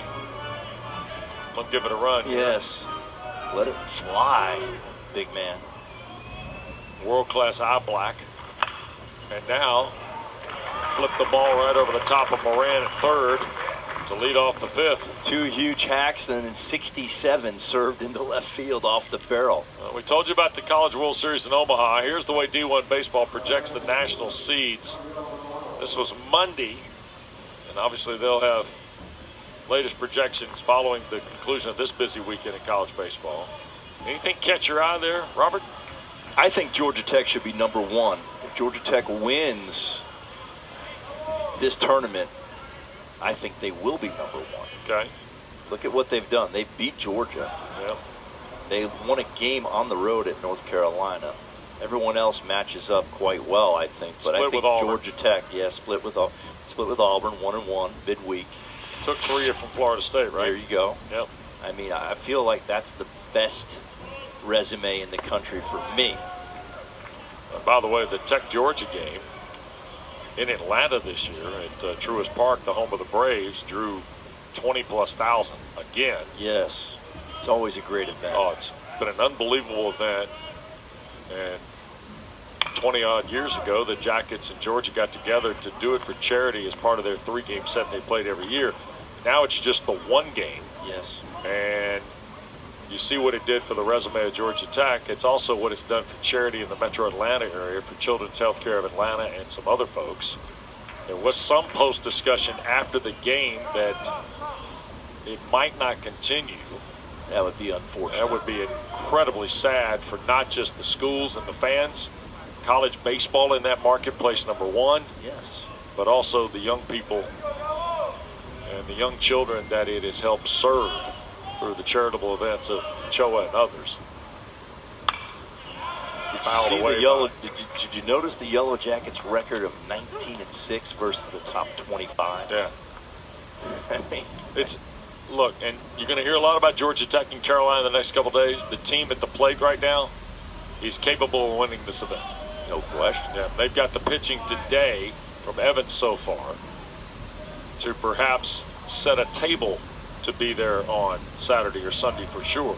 Yes. Remember, they're just outside the top 4. And we were talking about Miami's schedule and the way it's kind of orchestrated itself. It'll be interesting to see how North Carolina and Georgia Tech as the top two seeds. Ball is loose over here behind the circle. Now we got home plate umpire Joseph Bumbauer. And he got called out, did Milano, at the plate. Yeah, first base occupied. Right. There's no ball in dirt or drop third strike. But what you want to do on this, to check swing and he gets through it, definitely a strike three. If you don't know where the ball is, your pitcher needs to help out and point it out. You always look at your pitcher for help of where the ball is when it's in the dirt and you're not sure where it's at. So Milano strikeout. And now the advancement, Dubovic goes to second on the wild pitch. And here is Sheehan. I think it's going to be really interesting to see the top two teams in here. Because it's in Charlotte, there'll be a lot of Carolina fans here. Absolutely. There'll be a lot of Wake fans tonight. There's another wild pitch from Moore. That'll move Dubovic to third. Miami's got another one at the corner here. 2 balls in the dirt. Wake will also have a lot of fans here tonight when they play for the first time. Georgia Tech is expected to have a better participation rate from a fan standpoint than you might expect. About a 3.5-hour drive. Fans in Atlanta have been excited about this opportunity and seeing the event in Charlotte. And Sheehan showed bunt and did not. That's unlike Moore. 3 straight balls in the dirt. 2 of them resulting in free 90s. Now you've got to play the infield in if you're Stanford. And that average goes way up. Those guys tight to the hitter. And out in front, lovely by Sheehan. I mean, very nice. Look at this. Tokam came charging down from first. Sheehan just deadened the ball right in front of the dish here. Little safety squeeze action. Deadens it off the end of the bat. Cardinal, Teddy Tokheim getting aggressive to the baseball. And then Gian late on the cover. Boy, look at this ball just deadens. Out in front of the plate. Nobody's covering home, and then nobody's covering first. Everybody's safe. It's a single for Sheehan. RBI. Miami adds a run to make it 6-2. Goodness. And here's Peralta. That's the 3B rule. Go for the ball first, then the bag if you don't have the ball, and then the backup. Yeah. Gian did not go to the bag when the ball wasn't in play. You immediately have to get to the bag. Peralta putting the wood out there again. That's courtesy of a guy named Jack Leggett. Jack Leggett. Coaching Team USA with him. The 3B rule. Ball, bag, backup. Only things you need to do on defense. Peralta thought about it again. I'd say that Hall of Famer ACC coach knew what he was doing. Yep. The interesting, Miami handles the bat at the bottom of the card here pretty well, too. I mean, yes, they do. Sheehan knew what he was doing. Peralta has showed bunt a couple times. That's up and a walk now of Peralta. With 1 out and 1 in for Artiagas Canes. These tack-on runs are huge, huge for the U. Really, really puts a lot of pressure on the Cardinal coming back in this contest.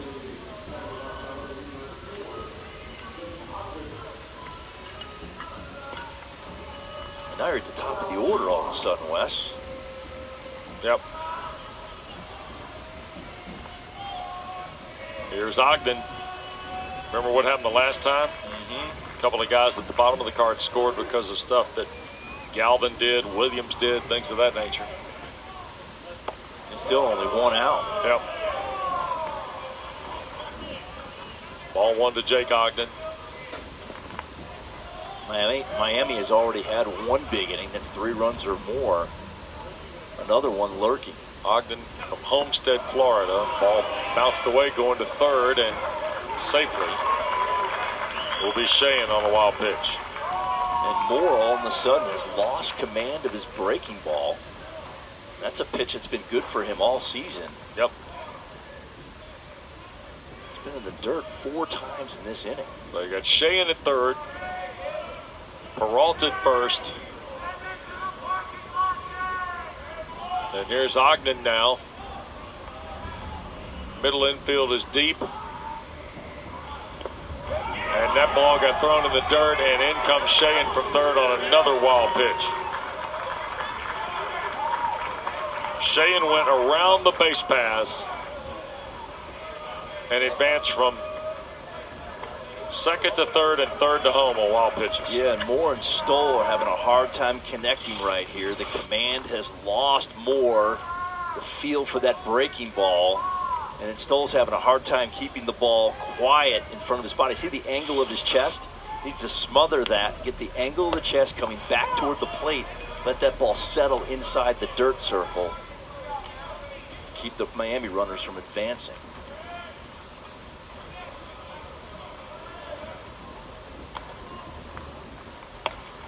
There's a strike for Ogden. Finally throws a strike with his breaking ball. And there is Ben Reimers, who threw 9 pitches yesterday, 8 strikes, and posted a strikeout. That ball on the ground, sharply hit. Gian will throw to first for out number 2.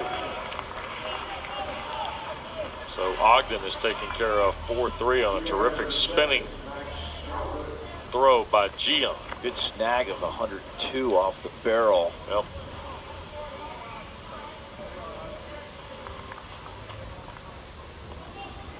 And that'll bring Max Galvin to the plate. 1 for 3, drove in 2 with a single. Back in the 4th.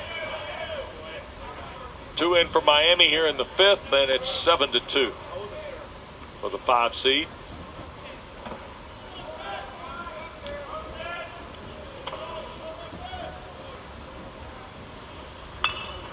And that ball lifted into foul territory. Moran will have it. And that will do it. 2 runs are in for Miami. Kane's got a couple of hits, and they left 1.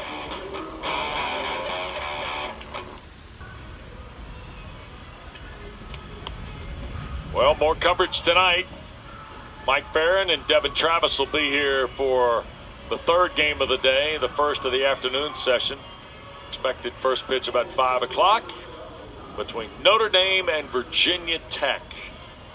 And the Hokies of John Sheff, 500 in the league. You see they started 1-5, finished 4-0. A little bumpy in between. 978 fielding. Sharp baseball team in Blacksburg. Hokies will have some fans in here tonight in Charlotte. I love their right-hander Renfro. Power arm, power stuff. Yeah. Ball is to McDonald. Oh, Court McDonald hit a fly ball that Derek Williams pulled off the wall in the 3rd. Pulled it right off the wall. Well said. It's 1-0 to McDonald. Lefty on lefty setup here for Rob Evans, whose 73rd pitch. Inside for ball 2. Good to see a starter go deep in the game. Old school feel up here in college baseball. Yeah. All we're missing is the +5 ratio bats. Or if you doctor them, the +7s. Sure. Which is what I've heard people did back then. Maybe after so. the fact. Maybe so. Yeah. Postscript. Nobody really talked about it when they did it. Right. 2-1 to count. Roll them up into a +7. So there was a +5 ratio Yes. on the bats. That's height and weight. Yes.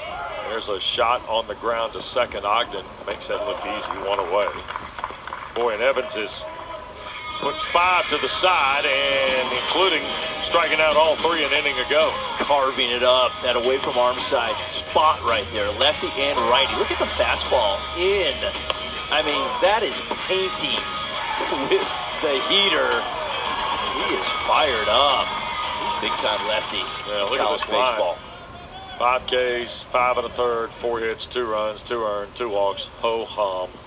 75 pitches. That ball sharply hit on the ground. Sheehan, long throw and a good one to Sosa, 2 away. And he just throws effortless, Wes. It's Yeah. just a beautiful, just here it is, 94 to 96. Yeah. Good luck. Let's see, 11 ground balls, 5 Ks, 1 fly ball. And that also has the double play. And that, remember the Williams play on the wall? Yes. That's the fly out. There you go. And think about how good he's been with his fastball today. Yep. The ball that Teddy Tokheim hit out was a changeup down and away, Right. which to most hitters would be a darn good pitch. That's just a special, special hitter that can take that out of the yard.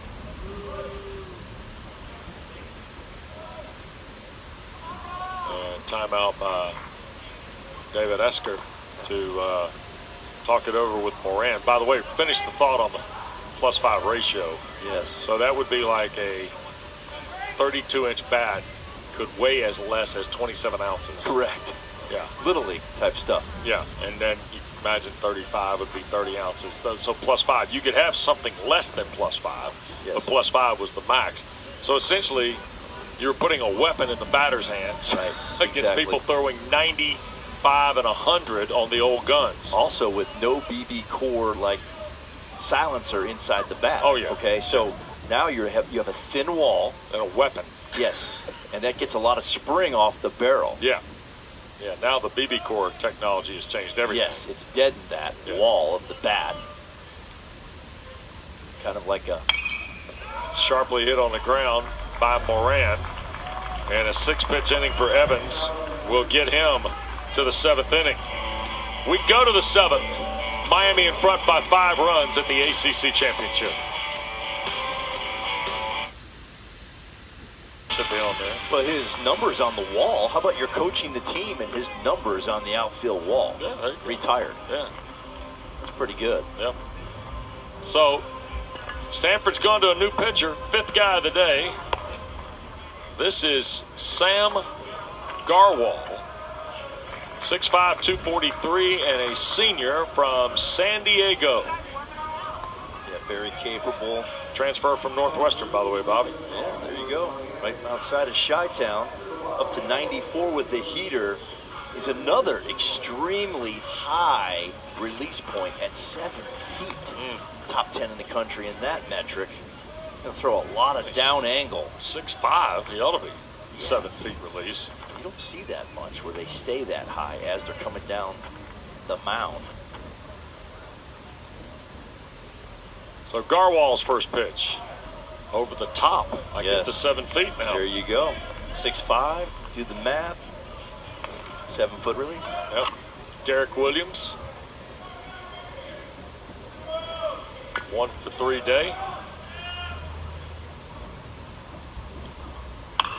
Wow, that is hammered to left.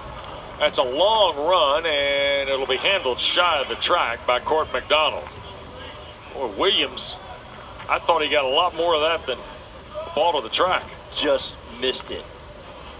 Just missed it. Barely. 1 away in the 6th. And you're walking in the dugout. You're like, I want that back so bad. Yep. Give me a mulligan on that one.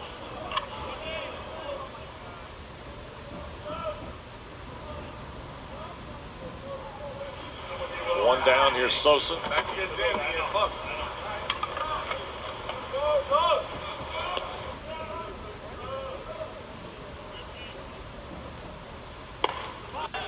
Tried to tuck a fastball. 93 from Garwal.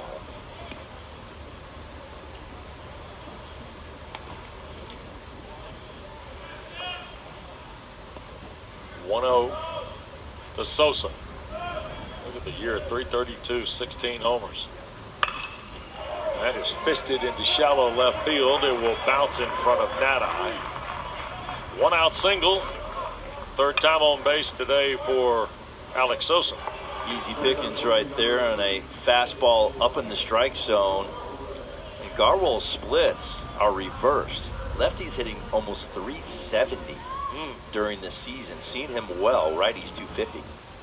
So that ball's up in the strike zone on a tee. Alonso Alvarez, a double and a homer today.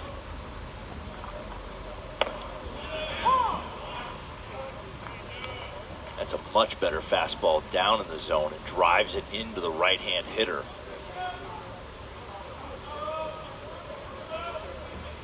Oh, 1 to Alvarez. Garwal. The throw over to first was about 85. Look at this. Look at this. Whoa. Tocom had to reach around. Popped up by Alvarez, out of play. Stanford has plugged Luke Lavin back in at catcher, by the way, to replace Stoll. Here's a look at Luke, who played here yesterday, started the ball game, and went 0 for 4. That ball got lost in the dirt momentarily. So a full battery change for David Esker here in the 6th. Sosa not sure on that ball in the dirt where it was. You're indecisive, just stay at first base. Always anticipating to go another 90, but if you're not sure, stay put. Off the plate. Curve misses.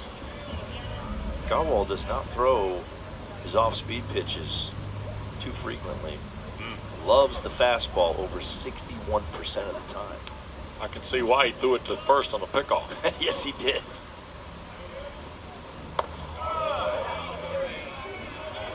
There's a fastball. Plus, when you're left-handed and you throw 93, 94, you're probably going to throw it a lot. Oh yeah. It's gonna be your main course.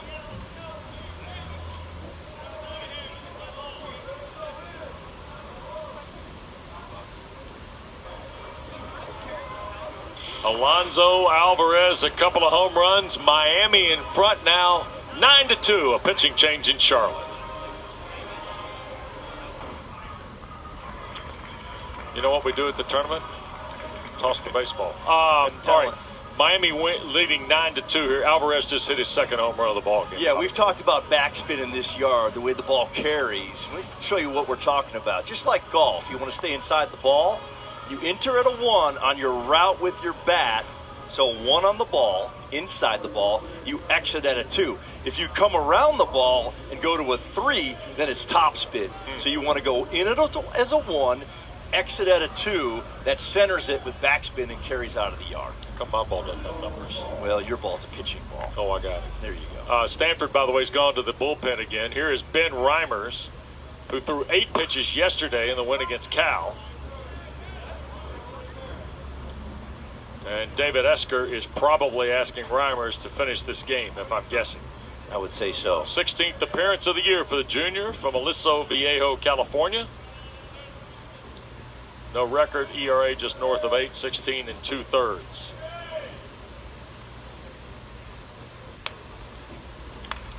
Fouled off by Debovic. So watch it right here. He comes inside the baseball at a 1, exits at a 2 right there. Center of the ball, just slightly under, which is called a minus on the ball, creates that backspin, and the ball carries out of the yard. The ball does have a minus sign on it, believe it or not. Reimers fielding his position, pulls in the fly ball from Debovic. And that is out number 2 here in the 6th. You can work on that with your athletes. You can teach them exactly what contact point. A lot of people look at the seam on a ball when they're hitting off a tee, so they try to aim for the seam on the inside of the ball, and then you want to exit center. Yep. Line drive is king through the middle of the field. Good things happen after that. Here is Milano. Walked and scored in the 2nd. And Reimers delivers him a ball.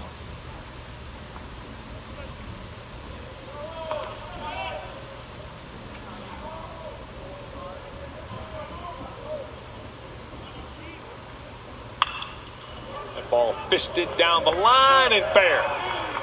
Milano going to turn it first. Nada gets a handle on it, but not before Milano's got a double.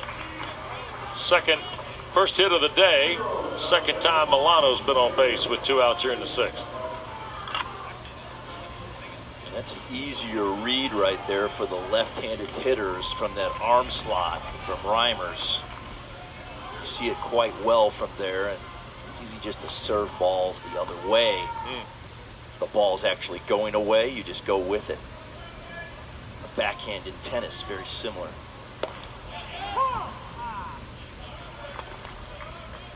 Strike to Shayand. Bunt single, RBI. Scored twice already today.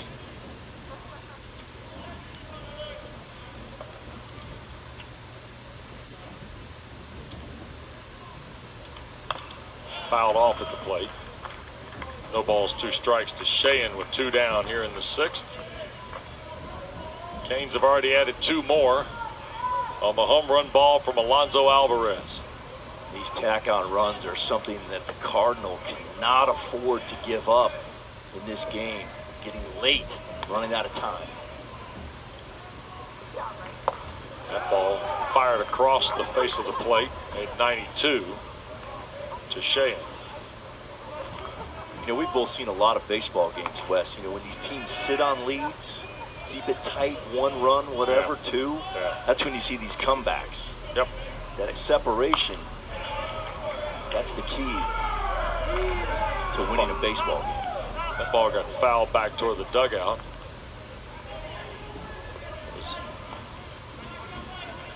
J.D. Arteaga was just right of him. He didn't flinch. Some of the other guys over there trying to put the pin back in the grenade at the Miami dugout. 2 men that played in the national championship game in Omaha. How about that? 1-2. Fisted back. Coach Esker is a shortstop for the Cardinal, Stanford Cardinal. And then J.D. Arteaga, starting pitcher for the Hurricanes. Yep. Miami's now got 10 or more hits in 8 of the last 9. 107 hits in the last 9 games, which includes today.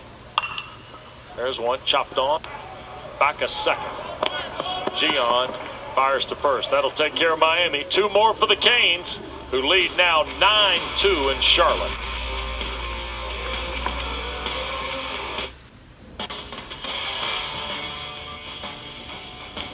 '26 Atlantic Coast Conference Baseball Championship continuing from Truist Field in uptown Charlotte.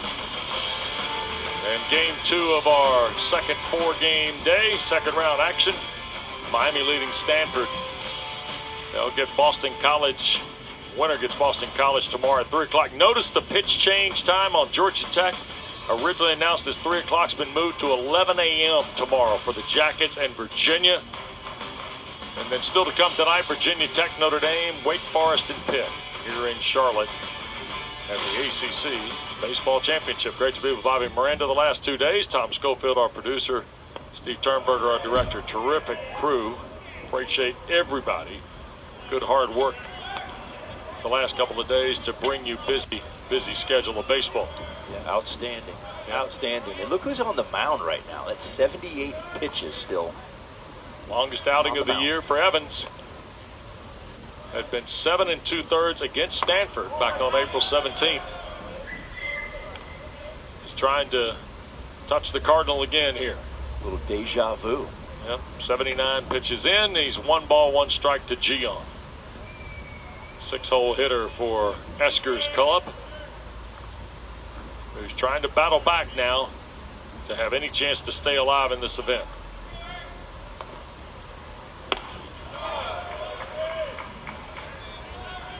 Backdoor slider right there. The hardest part of that equation was the throw from Alvarez back to the mound. I'll take that baseball out of play because it possibly can't work anymore. Trying to work on short hop drill right there. Someone did. Yeah, That's okay. Infield short hop drill. Well, what a day for Alvarez behind the dish. Yeah. Take 2 home runs in a game. Yep. And Gian is a strikeout victim. First time today. starts the 7th for the Cardinal.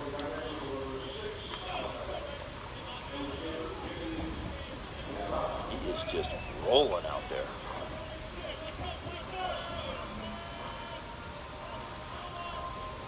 So here comes Nadai, who was 3 for 3 yesterday and 0 for 1 today. Reached on a walk in the 5th. Off the plate, all 1. In a perfect world, I think Arteaga would like Evans to finish this now that we've reached the 7th. Wouldn't you think, Bobby? I would think so, but it'd have to be under 100 pitches. Yeah. As you think about that, he could throw deeper than that here, but they have a future coming up. This NCAA tournament, there's nobody warming up in the pen right now. No, they've turned the lights off out there. Yes. There's not anybody wandering around. Miami does not have a complete game this year, by the way. Ball's fouled back.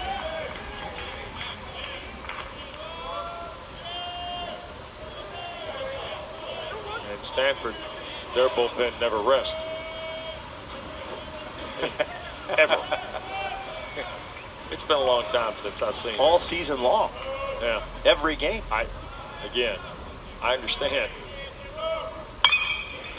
Hammered to center.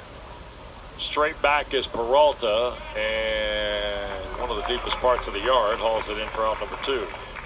Ball took off the bat of Nadai. That means Luke Lavin will get a crack.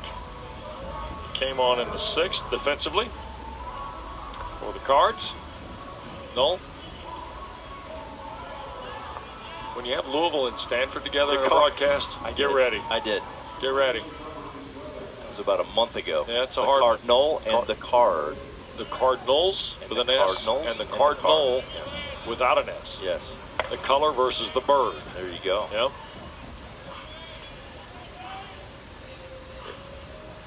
So this is Luke Lavin. You see his details, 277 on the year, 4 homers, 25 RBIs, 0 for 1 yesterday, and a strikeout victim.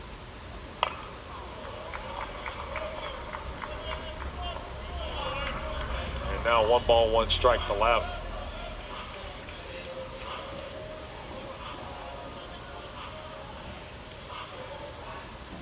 This next pitch will be pitch number 88. So J.D. Arteaga probably going to leave him in there for another, get up to 100 on the outing if he can. That would make him extremely happy. 2 balls and a strike. Yeah, I would think 100's that neighborhood. Right. 56 strikes of the 88. Evans got some old school to him. You can tell. That's strike 2. Even though the pitch calm and everything's going on, he's got that set stretch. And man, can he bring it. 2-2 on the ground towards Sheehan. Good throw to Sosa. And in order go the Cardinal here in the 7th. We stretch in Charlotte. Miami 9, Stanford 2.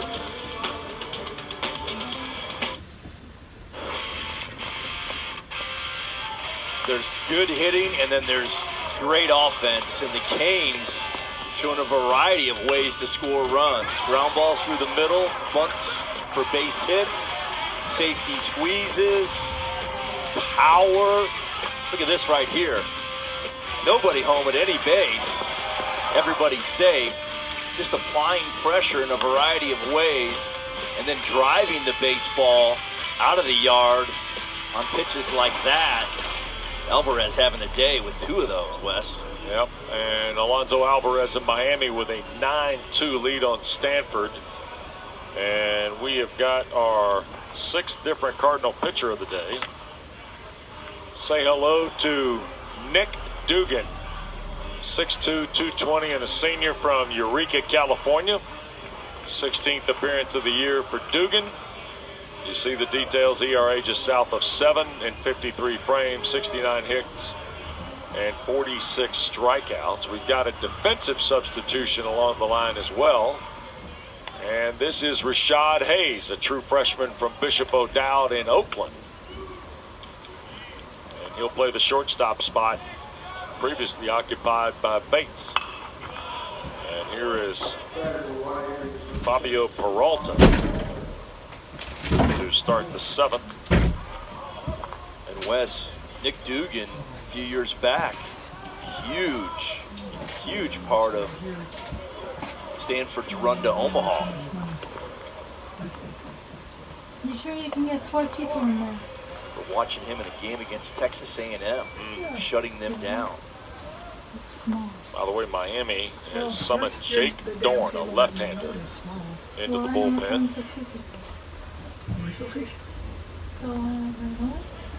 Plenty of places I could go with Dorn. But anyway, that ball rifled on the ground. Nice play, Gian to his left, out number 1. That's a terrific stop by Eric Gian. Oh, he can play the game out there. There's no question about that. Agree with you. Probably try it Look at out. this. I mean, Now, it's what's- rifled. Sure, hammer. Plenty of time. So here is Peralta. So there'll be folks who have watched the first couple days of this championship at home, maybe coming into town tonight to see the Hokies or Deacons, Panthers, or what have you, Florida State fans, Georgia Tech, Carolina, maybe coming in the next couple days. What they need to know about this ballpark. This is a second time it's been here, right? It was here 2 years ago when Duke won it for Chris Pollard. Hitter's ballpark. Oh, without a question, right? Immediately, that's the first thing. Like I said earlier yesterday, I play my defense deep here and let everything fly to me in the outfield. Yeah, Esker's doing more of that today than I think anybody did yesterday, Agreed. right? I think Miami's been playing pretty deep in the outfield as well. I mean, it's just, everything carries so well. So why would you go back and get burnt on a ball that lands on the dirt or that lands on the dirt of the warning track? Right. Catch that ball instead. Loose ball from the Miami bullpen, right down the home plate. Lavin helped handle that housekeeping. And then early in the game, you got to deal with that sun. If they play an early game ever because of weather. Might have a little bit of that tomorrow with Georgia Tech at 11. That sun's going to be a little bit in the hitter's eyes still. Potentially, yeah, you're right there. And other than that, surface is beautiful. That ball rolls through the infield. Yeah. cleanly. Pull tail. Which says which? There's a fastball. There's the sun if you're on the third base side of the yard. Big skyscraper behind the ballpark. There's been a few issues in the outfield with the sun. Left field and center. That ball over the head of Tokheim at first. Sale will have to really get to it. Oh, and he does. And he'll shut Ogden down. That's just a single here in the 7th with 1 out. The top of the order has something cooking. Yep. So here's Galvin now.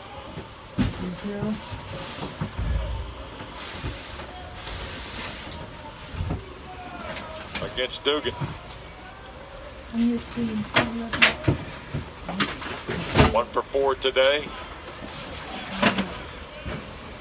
Galvin ready. So's Dugan. Table for 4. Off the plate for ball 1. Go back to your Dorn reference. Are you talking about Major League? by Roger chance? Dorn, yes, I was. Jake Dorn is in the Miami bullpen. Come on, Dorn. That ball toward Gian, another play on the run. Nicely done. Wow, 2 outs. He has tremendous range in the 4-hole. We've seen him make several plays on the run over there. Really quick with his feet, agility. Watch how much ground he covers here. No problem. Yep. And then throws from a low subby arm slot. But you practice in the infield in the fall. You're out there playing catch as an infield. You're throwing all different types of angles, running the ball the other way. opposite way with your hips open or closed. Right. Got to make them all. Pitch is low. This is Derek Williams. Every Miami player in the order's got a hit today. I can do this. Yeah. There's nowhere. Trying to take a check here. Jake Dorn, a couple of appearances here in the last 5 games. Try and look at his. He pitched 2/3 of an inning against Florida State. In conference play, 13 appearances. Workhorse. Yeah, so we're going to get to see Dorn coming up. I believe we might see him sooner than later, actually. 2-0 it is here to Derek Williams.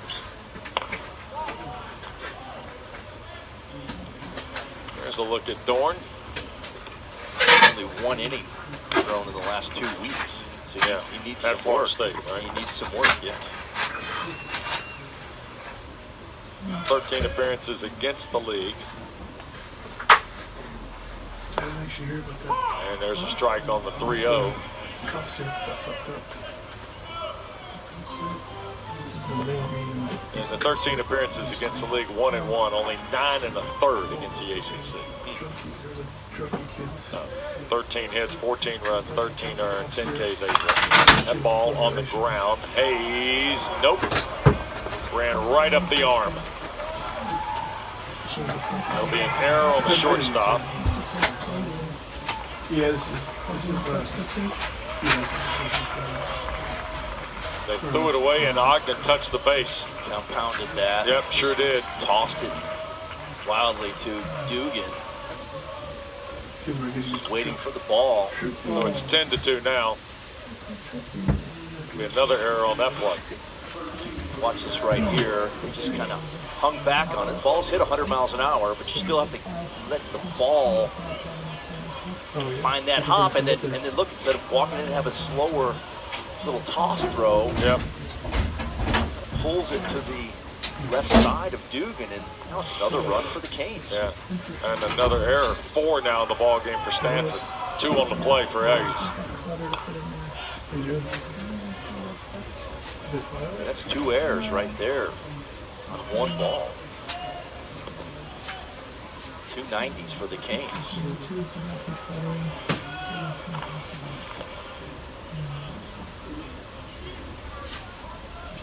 Two errors on Hayes on the play. 4 in the game for Stanford. And that pitch is away to Sosa. Pretty quiet day for Alex Sosa. Did single and score in the 6th. Elsewise, he's a 1-for-3 day.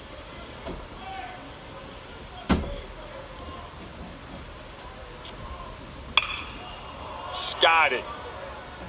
Fly ball, left center field, and that will be Nada that hauls it in. Miami adds a run on a couple of Stanford errors. 10-2. Well, Rob Evans' day is done, and I'd say you served yourself well, young man, here at the ACC Baseball Championship. Yeah, we call that a carve fest right there. Just throwing cheddar where he wants to, in, out, up, down, all quadrants of the strike zone. Was extremely impressed with the fastball command of Rob Evans. This is at a high level. 7 innings, 4 hits, 2 runs, 2 walks, and 6 Ks. Easy work today for the left-hander. And he is staring his 10th win in the face here today. Look at that, 90 pitches, 7 innings. And he owned the game. He sure did. Right, commanded the game, gave up an early home run to Tokan. No sin in that. And he will step aside, and here is Jake Dorn. 6'4", 216-pound senior from Davie, Florida. 26 2/3 on the year, 5-1 mark.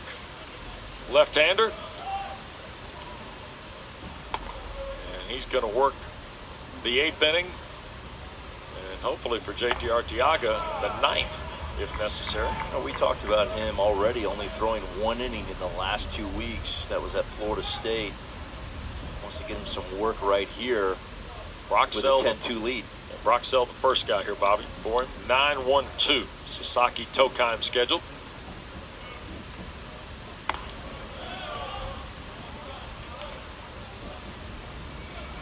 One ball, one strike it is. To Sell.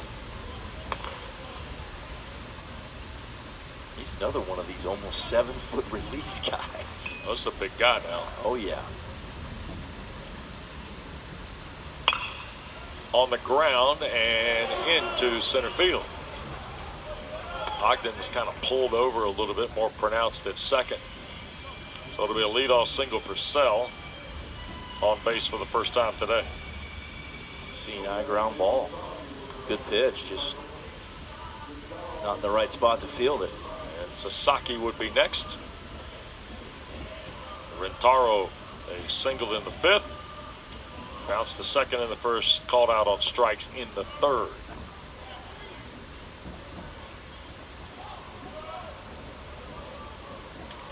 The designated hitter at the top of the order. 1 on and nobody out here in the 8th for Stanford.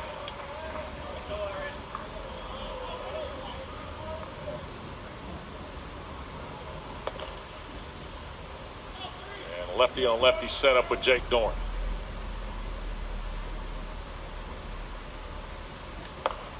Swing and a miss there. Fastball in there.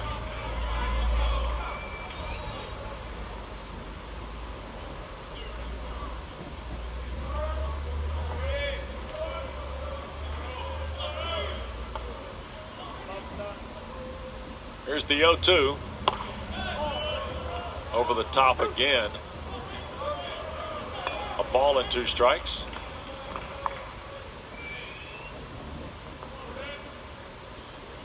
Okay. So 1 ball, 2 strikes it is to Sasaki. Foul back. Count hold. See the knob of his bat. That's some technology right there where they record bat speed, path, stuff like that. Oh yeah, several guys use it in the college game. You'll see some Georgia Tech hitters with that on tomorrow. I should have asked you about this weeks ago. Swing and a miss. Sasaki will go down on strike. So the strikeout for Dorn here in the 8th. And here comes the blue and gold of Notre Dame. Irish were early and often last night in sending Clemson home, Bobby. Yeah, they played well yesterday. Tough year for the Tigers, but they'll be back. Yep. Eric Backage and company.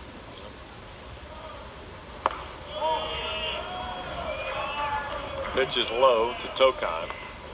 So there is a, I can't the name of it, but there's a machine that now for hitters simulates all the pitching. Traject. Yes. Yeah, that is that thing is unbelievable and inexpensive. Yeah, and a lot of people in college have gotten it. North Carolina being one of them. That's in this it. League. Yeah. And you basically dial it up on the computer. It shows the video of who basically what's going on with the pitcher, who you're facing, the tempo of his delivery, and then it shows the exact sequencing stuff, everything that you would see. Crazy, the right? usage, the arsenal. Yeah. Phenomenal. You face him all week before you face him on the weekend. Yeah. I mean, teams around the country are starting to get it. I know it's in the bigs. Every stadium has it. Pretty much. So, yes. I mean, what an unbelievable piece of technology that is. Now you're telling me about the bottom of the bat. Oh yeah, they have that. And they have another program called Hit Tracks that does the same type of stuff that Trajectory does as well. It's the same deal. That ball is slugged to left. He's scooped up by Galvin out there. Stanford's got first and second and 1 out here. Teddy Tokheim, that guy can hit. Tokheim, he's got 2 hits today. Home run the 3rd, now single here in the 8th. And here's Court McDonald. But Bobby, if you're a coach or you're a program, man, it's a lot to process, isn't it? You've got a lot to process. No question. And it all gets down, if you want to simplify everything, it gets down to winning the strike zone. So all this technology, everything like that, everything comes down to winning the strike zone. You either win the strike zone on defense, or you lose the strike zone on defense. You win it on offense, or you lose it on offense. And usually, the team that wins the strike zone the most on both sides of the ball wins the baseball game. Yeah. If you do it consistently, you win it a lot. Guess whose team's done that today? That guy's. Absolutely. And Rob Evans had a lot to do with it. David Esker has had a challenging year in terms of pitching. Injuries had something to do with that. Transfer portal as well. Yep. So, Cardinal had fought through a difficult season.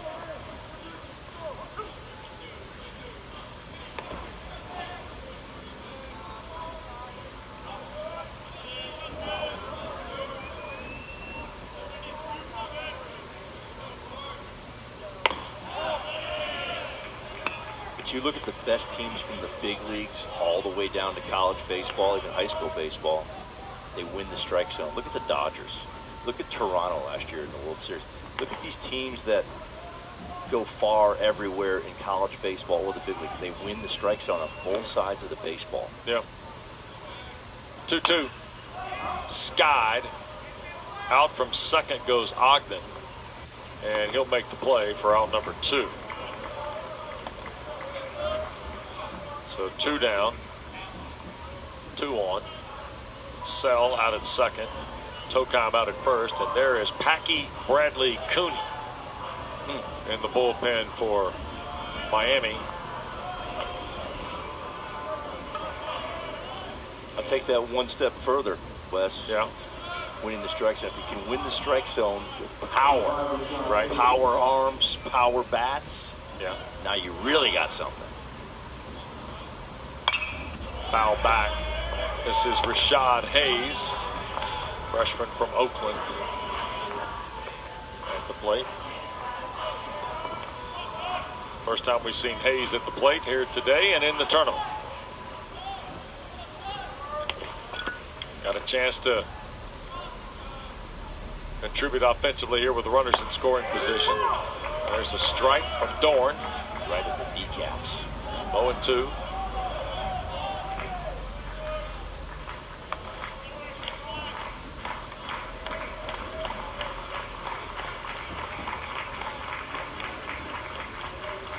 Hayes waits. The 0-2.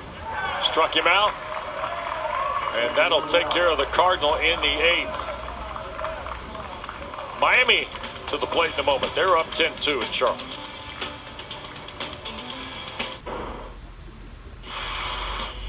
Well, Kylie McDaniel's got a top 40 list, and we're here to show it to you. Gracia and Becker help Virginia advance to meet Lackey and Burris tomorrow morning at 11 o'clock. How's that work, huh? Yeah, you got 4 first-round picks potentially in this tournament right now. So that's the list from Kylie McDaniel heading into this ACC baseball championship. Of course, Lackey and Burris and Georgia Tech will meet the Wahoos. That pitch time is now 11 a.m. tomorrow. It's listed at 3 across the board. It's moved because of some weather considerations here in Charlotte. They want to get in as much of this event as we can. So they'll pitch that at 11 a.m. tomorrow with that'll be Mike Farron and Gabby Sanchez. Taylor McGregor will be here on the call of that. And Stanford has gone to the 7th pitcher of the day. Sacramento, California sophomore Liam Golden. 6'5", 207. And he'll get the rock here in the bottom of the 8th. Only 5 2/3 on the season, 6 appearances. Big arm, though. 94, touching 95. A lot of fastball usage, around 65%. So 10-2 it is for Miami, and Golden's going to get Alvarez, who's had a day, Dubovic and Milano.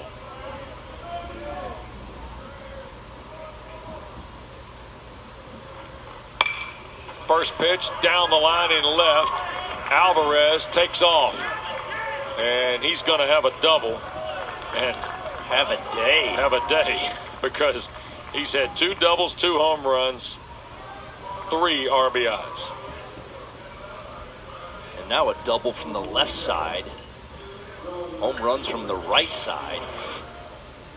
I mean, this is pretty spectacular. Oh, he just measured it. Yes, he did.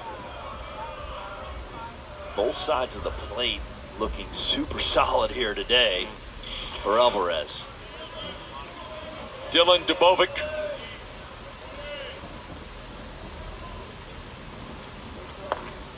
Swing and a miss. Nice little slider right there. Yeah, Gabby stopping by to say hi earlier during the game. Good to see him. Good to see Gabby. The cane from the U, Gotta former big leaguer. Gotta like his team. Sanchez not on that thing either, by the way, that Hurricane Legends thing we ran through there. Come on. Got Graves on there. Where's Sanchez? We did one earlier on Virginia. Greisinger and Brian Buchanan. Again, Brian Buchanan, former Yankee. these guys got to You call. would think Tom Schofield would being a Yankees fan, would throw Brian Buchanan out there. Right. Yankees first round pick. Yeah. First rounder. I don't think Tom's handling that. I think Sco's doing a lot, but he's not doing that. Okay. Well.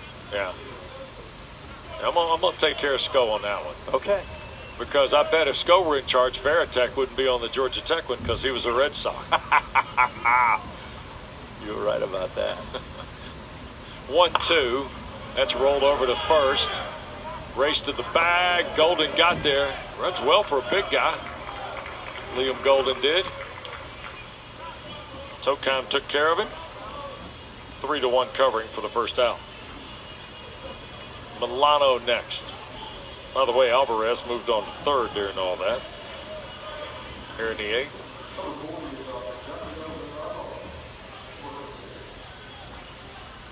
Four home runs on the year for Gabriel Milano.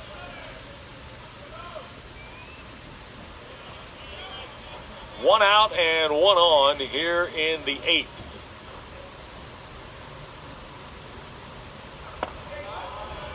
Downstairs, ball 1, 97.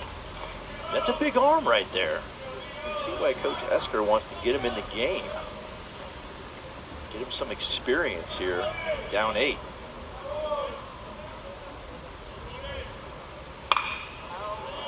High fly right field, Sell has it. Alvarez is going to tag, and he is safe. It's 11-2. RBI for Milano on the fly ball to Sell. And Miami adds to the tally. Sheehan would be next. Miami scored in 6 of 8 innings. They just keep tacking on. Yeah, that's the thing that if I were scouting Miami is that there's no top or middle or trouble or heatness in any part of the order. There is statistically. Yes. But today you have seen, look at this. You look at the card. Yes. Bottom 3 scored the first 5 runs. Now they've added more and included guys kind of like Sosa scored, Ogden scored, Alvarez has been through twice. I mean, you want to take it all, extract all of it out. 9 of the 11 have come from the bottom 5. In multiple ways. Yep. Bunting, safety squeeze, bombs. I mean, it's a Well, we said it at the top. variety of offense. Said it at the top too, Bobby. This is if you were looking for somebody beyond the top 2 or 3, Yep. this is the team. The dark horse Yeah. right here. And probably difficult to say in the unbalanced ACC schedule that anybody's a dark horse. But as we said, they didn't play Georgia Tech. They didn't play North Carolina in the regular season. Nothing wrong with that. There are other teams that did neither. But in this particular case, those 2 teams had the best years nationally in the ACC. Right, and you're not sure what that matchup would have, what was the outcome if they did play. Right. We'll find out possibly. Yeah, they find out sooner than later. Yes. By the way, they also didn't play Virginia. Miami. All still in the tournament. That's correct. Golden fired a fastball in there in 97. 98 up here on our technology. So If you're wow. looking just again at Miami's schedule, of the teams remaining in the tournament, they played BC, they played Wake Forest, they played Florida State. Of the teams remaining in the tournament, and Virginia Tech. 1, 2, 3, 4. That's it. That's just, and again, when the conference expanded, a lot of things were transitioned into different things, right? Sure. The imbalance of schedules, you can't possibly 16 play. teams. I mean, Well, yeah, 16 playing baseball. right. The part for me about this is some years you're going to have Elliott Avent played 7 of the top 8. We rolled through the same metric with him yesterday, and it's a completely different fish. Yes. Now you're talking about Miami, and why are they underrated? Well, have you seen them against Georgia Tech, Carolina, Virginia, what have you? Again, I'm not dismissing Miami's record in the least. I'm just saying that's why the term underrated or dark horse is being used about this team in the tournament. Well, we'll find out here soon. Going to find out quick. Because if it's BC tomorrow, there's a ground ball to third. Nice, long, strong throw from J.J. Moran to take care of Sheehan. Tell you what, you're going to find out tomorrow against Boston College, and then Saturday could be Virginia or Georgia Tech. Wow, that's a beautiful matchup. They're going to have Notre Dame coming up here in just a moment against Virginia Tech, and we welcome you back with Bobby Miranda, West Durham. So you'll get Notre Dame, Virginia Tech at 5 o'clock. Pitt and Wake Forest tonight about 9 is the scheduled time. 9-ish. Yeah. By the way, the way the ball game has worked here, we can still say 9-ish, Bobby. Yes, we can. We can still say that. And we can still say 5-ish. Yep. Tatum Marsh, by the way, has got a bat. Sophomore from San Jose. Getting an opportunity to play here in the tournament for the first time. 1-0 count with Dorn. Still back on the bump for Miami. I think J.D. Arteaga told him one thing. Throw, strike. 11-2. Fill it up. Tatum Marsh, 215 on the year. A couple of RBIs. In limited duty. Sometimes easier said than done. 3-0.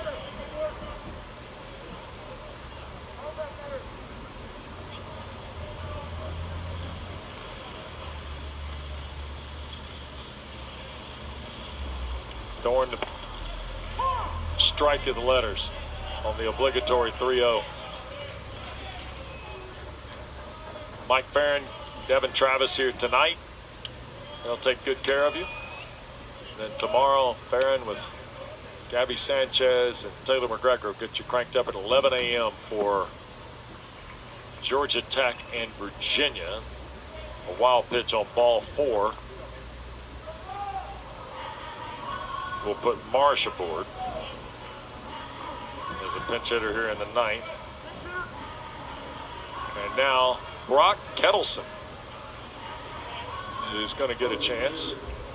Kettleson played yesterday, freshman from Scotts Valley, California, and Valley Christian. He's going to get an at-bat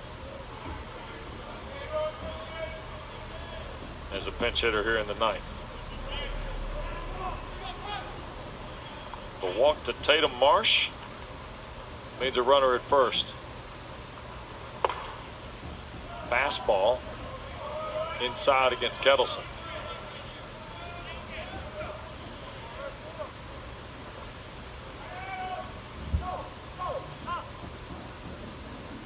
And out comes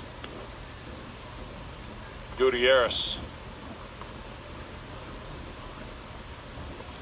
the Miami pitching coach.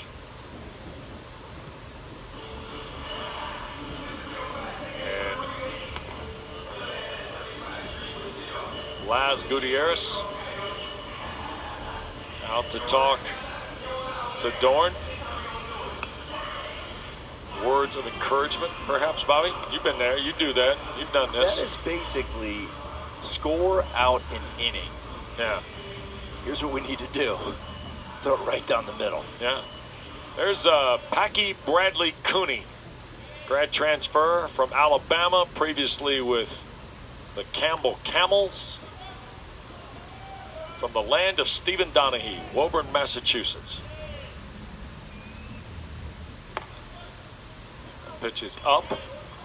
2-0 it is to Kettleson. In case things get a little wobbly for Jake Dorn, Packy Bradley Cooney's ready to go, or at least on the way. In for a strike. Kettleson taking all the way on the 2-0. There you go. It's that easy.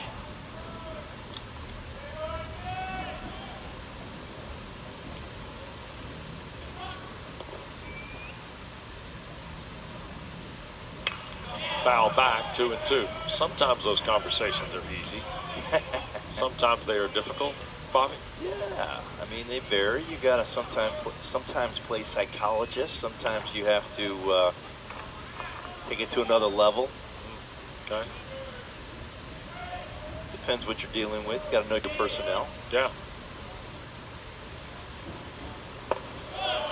Low, 3-2.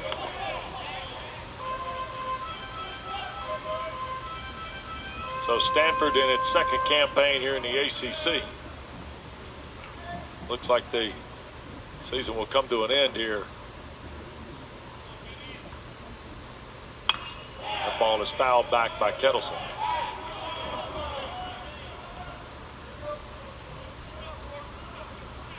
At 13 and 17 in the ACC, 28 and 26 overall.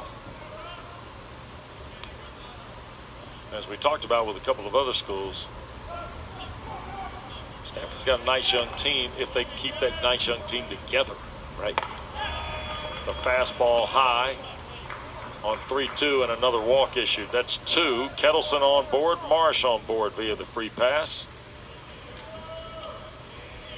That's a good point, Wes, because think of the team this year losing some quality arms to the SEC. Yep, they did. So here is Nadai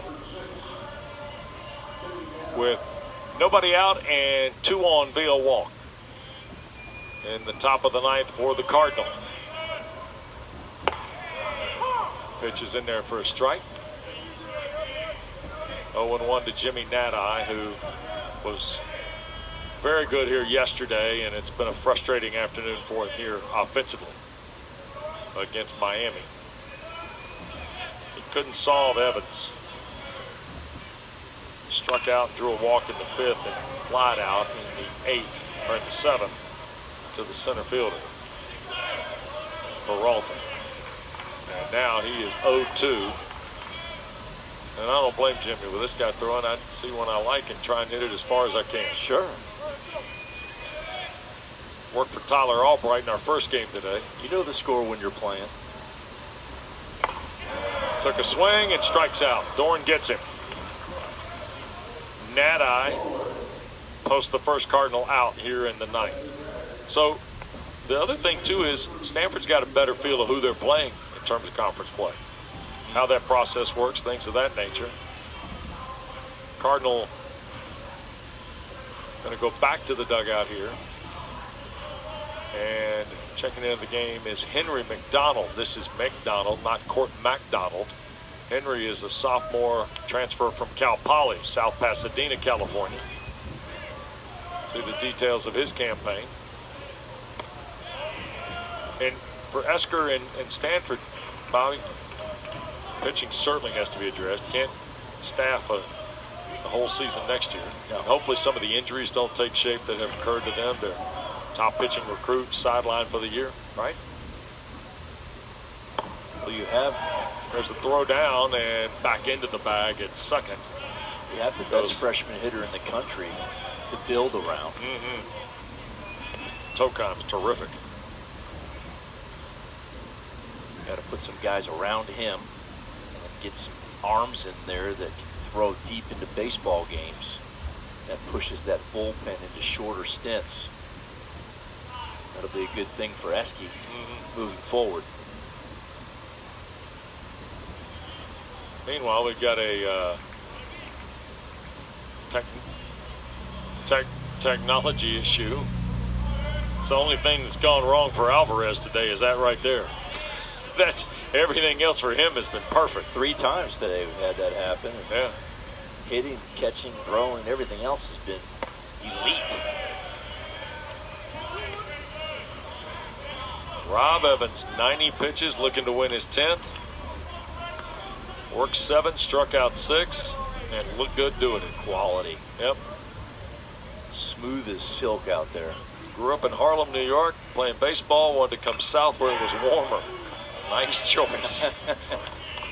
Nice choice. Ends up at the U. Yeah, That's nice. A little warmer down there. Very nice work, Rob. I like your decision making. I think you'll go a long way in life with that kind of thought process. 2 balls, 2 strikes to Henry McDonald.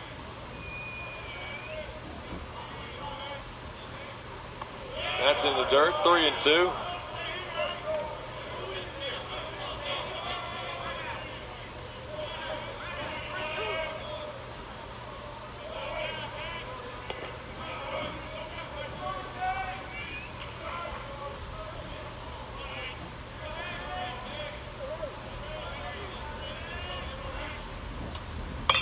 That ball is slap foul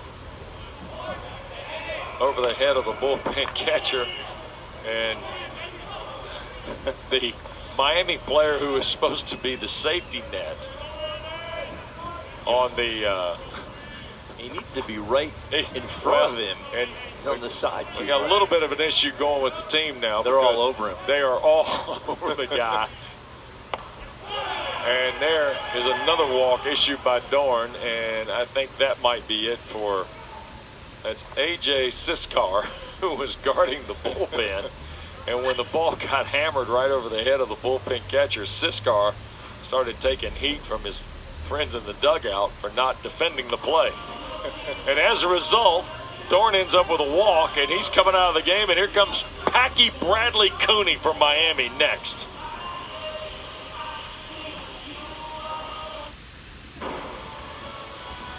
Yeah, there you go. So the walk to Henry McDonald is the 3rd for Jake Dorn, and that'll be the end of his afternoon. And while Notre Dame and Virginia Tech hope to start around 5 o'clock, Packy Bradley Cooney is here, senior from Woburn, Mass, and he'll get the ball for a 21st time. J.D. Ardiega wanting strikes. Wants to finish this thing up. 11-2 in the 9th with 1 out. You want to throw it right down the middle. Make these Stanford hitters put it in play. Yep. And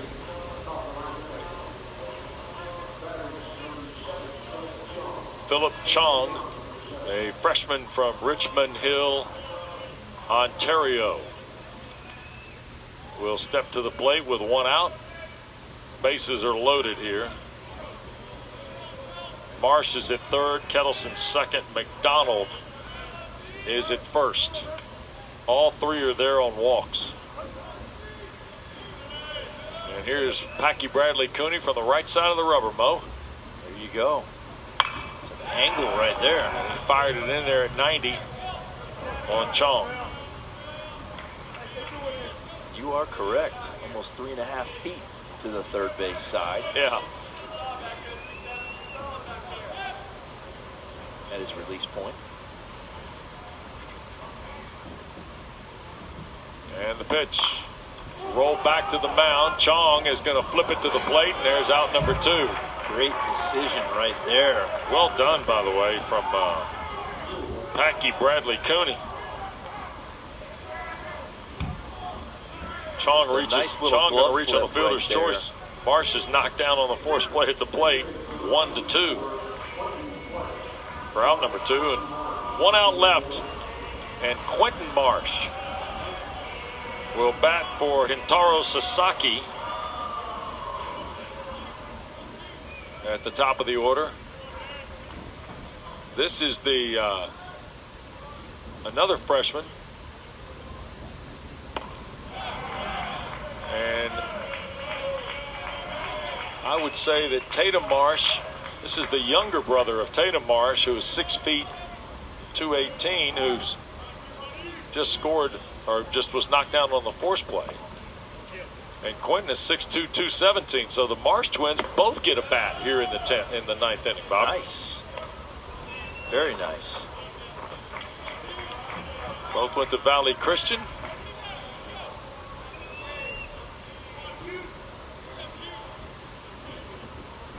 And it's 1-1 to Marsh. Quentin Marsh. Popped out of the mid of Alvarez. Kettleson will hold at third. Henry McDonald has gone down to second. Chong is aboard on the fielder's choice at first.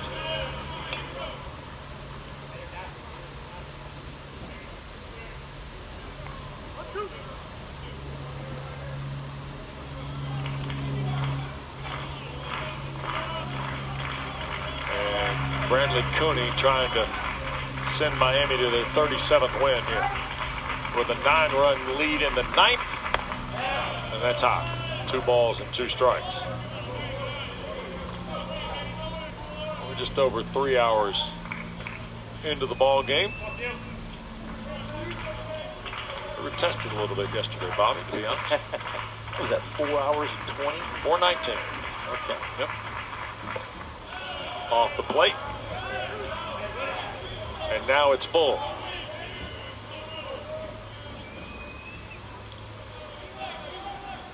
Got to go heater, dead middle.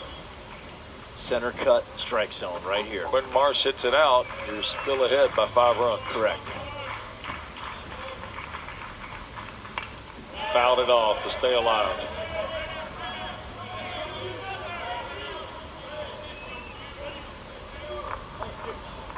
That's why baseball's the game of 2s and 5s.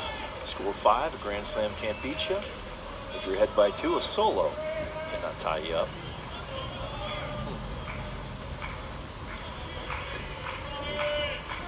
2 grand slams won't win this either. You're correct.